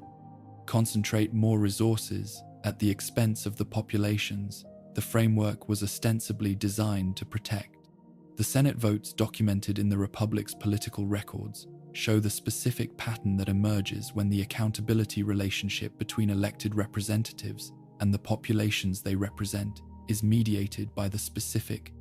economic relationships between those representatives and the concentrated interests whose financial support sustains their political viability, a pattern in which the stated purposes of the democratic institution and the actual behavior of the institution's participants diverge systematically over time in directions that consistently favor the interests of those with sufficient resources to make that favor worth purchasing. The institutional corruption that the Republic's records document is not the corruption of a system that began as something genuinely different and was subsequently transformed by the introduction of corrupt individuals into its functioning positions. It is the corruption that all systems of sufficient scale and longevity generate through the simple operation of the incentive structures they create, structures that reward the achievement of outcomes that the institution defines as valuable and that create, in the process of rewarding those outcomes, the specific relationships between the achievement of institutional success and the concentration of the resources that institutional success requires that gradually transform the institution's relationship to the populations it nominally serves. The individuals who participated in this corruption were not, in most cases, people who had consciously decided to betray the Republic's stated values. They were people who were operating within an institutional context that had constructed around them a set of incentives and relationships that made certain behaviors not just possible but structurally encouraged, and who were responding to those incentives and relationships in the specific ways that people respond when the institutional context within which they operate has aligned the path of least resistance with the path of maximum personal benefit. What the accumulated evidence of power without accountability across the Fallout franchise's full documentary record reveals is the specific consistency of the pattern, regardless of the institutional context in which it operates, regardless of whether the context is the sealed, artificial environment of a vault or the open political landscape of a democratic republic, regardless of whether the accountability deficit is the product of deliberate design or the gradual erosion of oversight mechanisms that were present at the institution's founding and were subsequently circumvented. The pattern is consistent because its mechanism is consistent. It is the mechanism of human behavior in the absence of the external constraints that normally shape it, expressing the specific dispositions of specific individuals in directions that the presence of those constraints would have redirected. The wasteland produced conditions for the expression of this mechanism at a scale and with a comprehensiveness that the pre-war world's institutional infrastructure had not permitted, removed the constraints removed the oversight, removed the accountability relationships that had contained the mechanism within limits that made its operation survivable for the populations subject to it.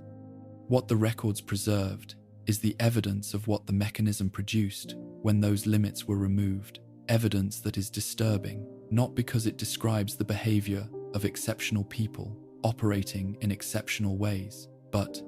because it describes the ordinary behavior of ordinary people operating within institutional contexts that had been specifically configured to allow them to do what ordinary people do when no one is watching and nothing external constrains.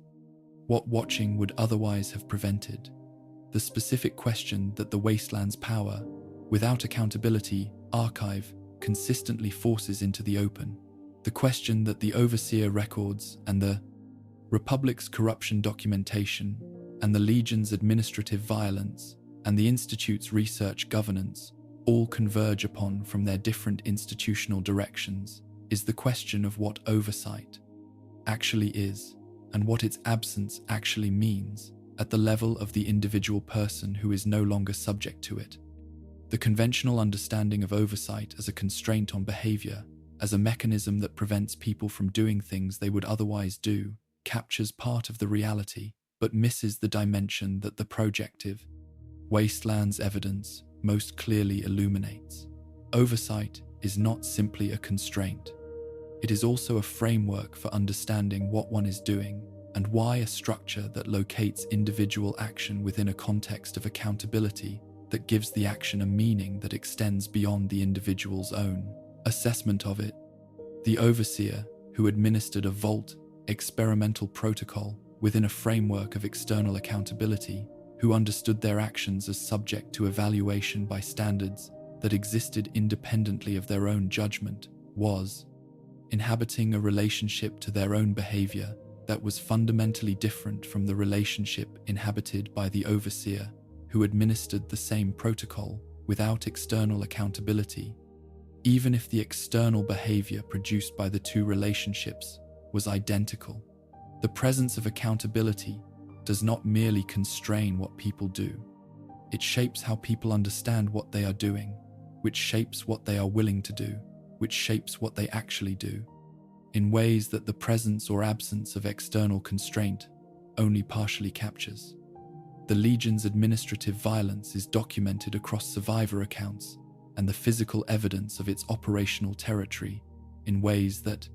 reveal the specific character of what comprehensive institutional authority exercised without external accountability looked like when the institutional ideology explicitly endorsed the violence as a feature rather than a bug of the system's operation. Caesar's Legion was not an institution in which violence was a regrettable byproduct of legitimate administrative requirements. It was an institution in which violence was the primary administrative instrument, the mechanism through which compliance was produced, hierarchy was maintained, and the specific social order that the Legion's ideology required was enforced across the populations it administered. What the documentary evidence of the Legion's operations reveals about the specific relationship between institutional ideology and institutional violence is the specific way that an ideology sufficiently comprehensive in its account of the world can convert what would otherwise require justification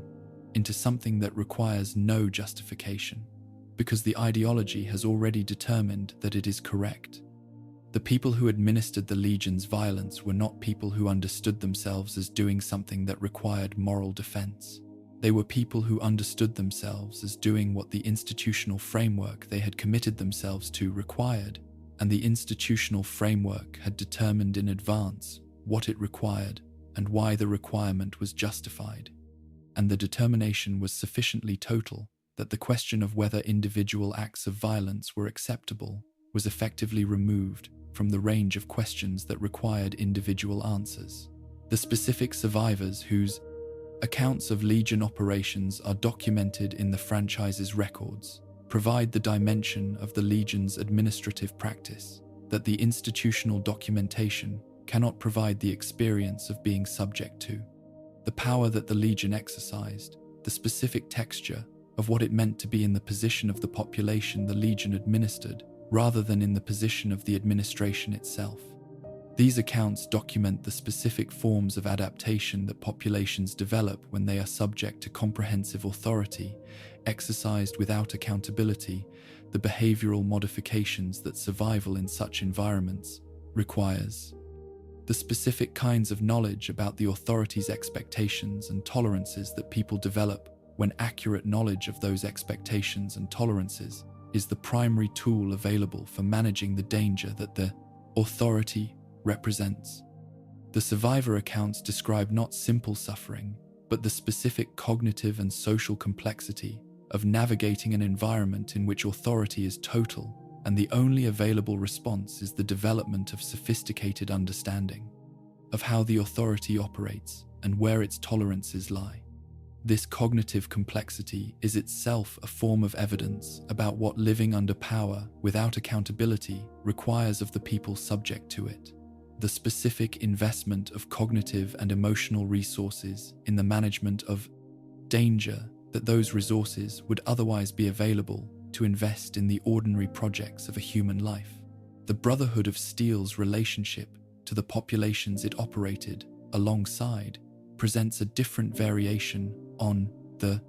power without accountability dynamic, one organized not around the administration of subject populations, but around the unilateral exercise of a self-defined mandate over the technological landscape of the wasteland,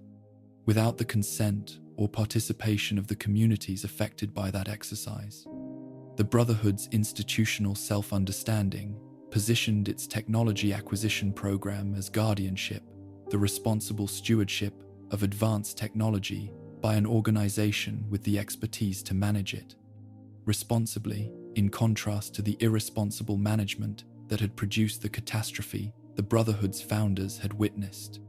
This self-understanding was internally coherent within the Brotherhood's institutional framework and was genuinely believed by the people operating within it. The Brotherhood initiates who confiscated technology from energies,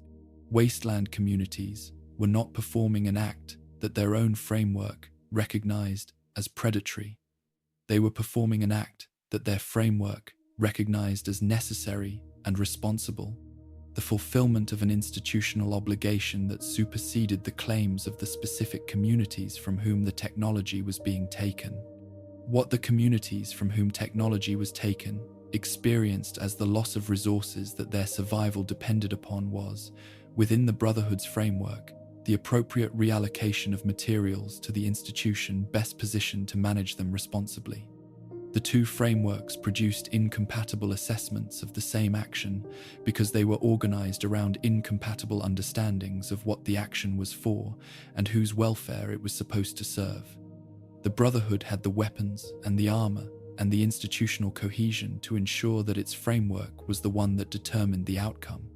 The communities had the experience of the outcome. The Institute's research governance represents the most thoroughly documented case of institutional self-regulation in the absence of external accountability that the franchise's archive preserves the record of a scientific institution that had been developing and applying its own standards for the evaluation of its research programs across multiple generations without any external body, capable of evaluating those standards against criteria that the Institute itself had not defined. The result was the specific form of institutional insularity that self-regulating systems reliably produce across sufficient time, the progressive narrowing of the criteria against which the institution's activities were evaluated to the criteria that the institution's own culture and history had determined were relevant. The systematic exclusion from consideration of perspectives and standards that the institution had not itself generated,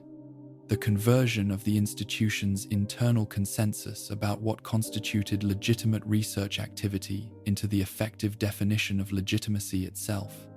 The Institute's researchers who designed and implemented the programs that the surface population experienced as abduction and replacement and non-consensual experimentation were not operating without standards. They were operating according to standards that the Institute had developed through its own internal processes over its own institutional history.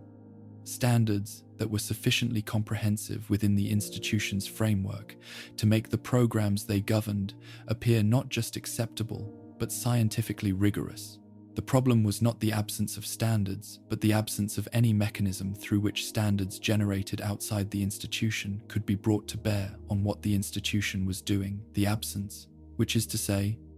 of external accountability in precisely the form that the wasteland's most consistent evidence identifies as the necessary condition for preventing power from producing the specific outcomes that the wasteland's record so comprehensively documents.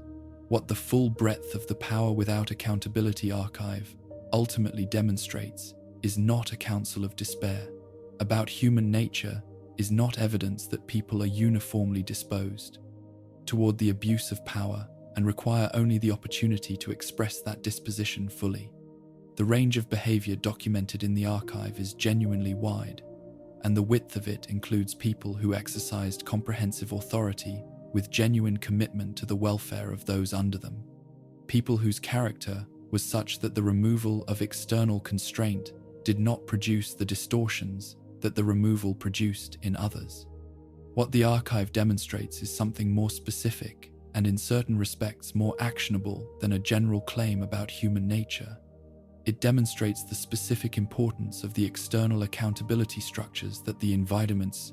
pre-war world had developed and that the bombs had destroyed, the specific functions those structures performed in shaping behavior and constraining its worst expressions, and the specific predictability with which their absence produced the outcomes that the wasteland's records document across every institutional context in which the absence obtained. The pre-war world had understood this, at some level had constructed oversight mechanisms and accountability relationships, and the external checks that institutional power requires to remain within limits compatible with the welfare of the populations it governs. Those mechanisms had been imperfect, had been subject to circumvention and erosion, had failed in specific ways that the pre-war record documented with its own consistency. But their imperfect presence had been better than their comprehensive absence, and the wasteland's evidence for this proposition is thorough, varied, and in its accumulation, impossible to dispute. And so, the archive closes, though closing is perhaps the wrong word for what happens when the last terminal entry has been read, and the last holotape has run to silence, and the specific weight of what the wasteland preserved without intending to has been carried, for the duration of this long chronicle, by the consciousness that chose to receive it. Archives do not close in the way that doors close, do not reach a point of completion that releases the person who has been inside them from what they encountered there. What they do is end, which is different, because ending is not resolution, but simply the cessation of new material, the point at which what has been read must be processed, without the addition of further evidence, carried forward into whatever comes after the reading, by the specific person who did the reading, and who is now, whether they chose to be or not, a different kind of witness to the world than they were before they began. The wasteland's disturbing stories are not disturbing because they are exceptional. This is the conclusion that the full chronicle forces, the recognition that emerges from sitting with the accumulated evidence across its full breadth, rather than engaging with any single case in the isolation that makes each case manageable as an individual horror. The Vault experiments and the Institute's research programs, and the corporate atrocities, and the raider economies, and the slaver operations, and the overseer abuses, and the master's unity, and the terminal confessions of the dying. These are not exceptional in the sense of being products of exceptional people, operating in exceptional ways, that the ordinary person has no relationship to, and no need to concern themselves with. They are the specific expressions, in the specific conditions, that the Fallout universe's history produced, of mechanisms that are not exceptional at all. They are mechanisms that the real world also contains, has always contained, and will continue to contain as long as the conditions that produce them remain unaddressed. mechanisms of institutional power without accountability, of professional frameworks that convert harm into administrative categories, of ideological conviction sufficiently comprehensive to override the specific human reality of the people bearing its costs, of the specific human capacity to participate in the suffering of others, while maintaining a story about what the participation is for, that makes the participation livable. The bombs were not the catastrophe that the wastelands' disturbing stories document. The bombs were the revelation of a catastrophe that had been developing for long enough that by the time the bombs fell, the institutions capable of preventing them had already been comprehensively corrupted by the same mechanisms that produced everything else, the archive documents. Vault-Tec was not a deviation from the pre-war civilization's character. It was an expression of it. An expression of what the civilization's institutional structures reliably produced when the conditions were right and the accountability was insufficient, and the specific human professionals within those structures were given sufficient resources and sufficient insulation from the consequences of their decisions to pursue their institutional objectives without the interference of direct knowledge of what those objectives were doing. To the people they encountered, the bombs ended the civilization. The civilization had already produced everything that the archive documents as evidence of what was wrong with it. What the wasteland kept in its terminal entries, and its arrangement of bones, and its holotape recordings, and its institutional records, and its survivor accounts, and its environmental evidence, was not a monument to evil, in the sense that monuments to evil are typically understood. It was something more honest and more difficult than a monument. It was the unedited record of what human institutions and human individuals actually did when the conditions were right, preserved with the indifferent completeness of a world that made no selection on the basis of what deserved to survive and what deserved to be lost, that maintained the evidence of the worst alongside the evidence of the best, with the same comprehensive impartiality that characterizes all preservation that is not the product of deliberate curatorial decision. The record includes the terminal confessions of people who understood what they had done and were attempting, in the final time available to them, to account for it. It includes the last entries of people who had participated in nothing worse than the ordinary business of living and who died in the specific conditions that the civilization's failure produced for everyone within its reach. It includes the records of people who administered atrocity without apparent conflict, and people who administered it at enormous personal cost, and people who resisted it and were removed, and people who never encountered it because their specific position in the specific institutional context they inhabited kept them at sufficient distance from its operations that it remained abstract to them throughout their participation in the systems that produced it. This range is the most important feature of the archive, and it is the feature that the most superficial engagements with the wasteland's disturbing stories most consistently miss.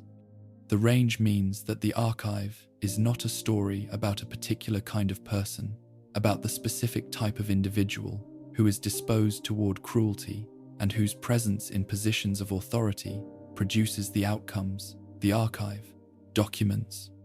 It is a story about a particular kind of condition, about the specific institutional and social circumstances that produce those outcomes, regardless of the specific character of the individuals operating within them, that convert the ordinary professional activity of ordinary people into the systematic production of harm that the archive documents, that make the distance between the person reading the records and the person who created the circumstances the records document much shorter than the comfort of moral distance would prefer it to be. The Vault-Tec employee who designed the Vault 11 sacrifice protocol was not a different kind of person from the people who will read about what that protocol produced. They were a researcher working within an institutional framework, producing deliverables that the framework had determined were valuable, applying the professional vocabulary and the analytical methods of their field to the specific problem their assignment had given them to solve. The specific problem happened to involve the engineering of conditions under which people would kill each other. The professional vocabulary available for this engineering was the vocabulary of research design, which is a vocabulary organized around questions of methodology and validity and the reliable production of knowledge, not around questions of what the knowledge costs the people whose suffering produces it. The institutional framework within which the vocabulary was deployed had assigned the evaluation of that cost to a level of the organization sufficiently removed from the specific people bearing it that the evaluation never encountered the cost. Reality it was supposed to be evaluating. The outcome was 5 people dead for a false premise. The researcher was an ordinary professional. The institutional framework was the catastrophe.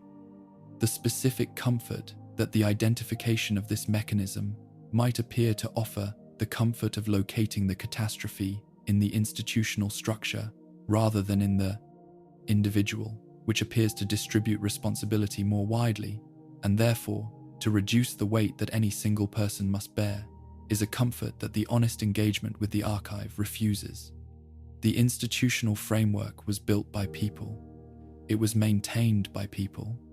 It was funded and staffed and defended and operated by people who made specific choices within specific ranges of available alternatives, in specific moments when the choice to do otherwise was available and was not made.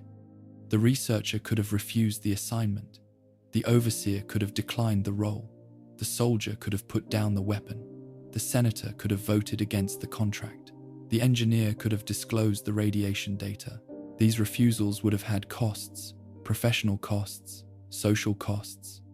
In some cases, physical costs, and the magnitude of those costs varied enormously by case and context, and the specific power dynamics of the specific institutional situation. But the refusals were available, and in almost every case, the archive documents, they were not made. The institutional framework explains this. It does not excuse it. The explanation and the excuse are not the same thing, and the archive's honesty requires maintaining the distinction. What the wasteland's disturbing stories ultimately ask of the person who has sat with them through this long chronicle is not despair, though despair is one available response to the weight of what the archive contains. They ask something more specific and more difficult than despair. They ask for the specific quality of honest attention that the evidence requires, the willingness to look at the full accounting rather than the summary, to receive the specific people behind the records as the specific people they were, rather than as the abstract categories that make systematic harm easier to administer and easier to ignore. They ask for the recognition that the mechanisms the archive documents are not safely historical, are not contained within a fictional universe that serves as adequate insulation from the real world's relationship to what they describe. They are mechanisms that the real world also contains, in institutional forms that are more constrained by more comprehensive accountability structures than the wasteland's institutional landscape possessed, but that operate according to the same fundamental logic and that produce, when those constraints are insufficient, the same fundamental outcomes. The terminals are dark now, the entries have been read. The specific people behind the records, the researchers, and the overseers, and the workers, and the children, and the dying, and the ghouls, carrying 2 centuries of witness, and the soldiers in the rooms where the things happened that no one else survived to describe, are not forgotten, not tonight, by the consciousness that received their archive and carried it through these hours. They are present in the specific form that honest attention makes possible, not recovered, not made whole, not rescued from the circumstances that the archive documents, but witnessed, which is what the archive was always asking for, and what the reading, done honestly, finally provides. Rest now, wanderer, the dust settles. The wind moves through the ancient stones of a world that was destroyed by the accumulated consequences of its own institutional failures, and that rebuilt itself, imperfectly and at enormous cost. From what the destruction left behind, the rebuilding was real. The people who did it were real. The failures that made the rebuilding necessary were also real, and the mechanisms that produced those failures are real. And the honest awareness of those mechanisms is not a burden to be shed at the end of a long chronicle, but a specific form of knowledge that the chronicle was always attempting to produce. The wasteland's most disturbing stories are disturbing because they are true in the specific sense that matters most, not factually true, not historically true, but structurally true. True about the specific conditions under which human institutions produce outcomes that their stated purposes would reject. True about the specific distance between what human beings say they are for and what the institutional frameworks they build and inhabit actually do. The archive closes. The knowledge it produced does not. Carry it gently into whatever morning comes after this long dark, and let it be the specific kind of weight that makes the carrying worthwhile, the weight not of despair but of honest witness, which is the only foundation on which anything worth building has ever been built. Sleep now. The fire is tended. The watch continues.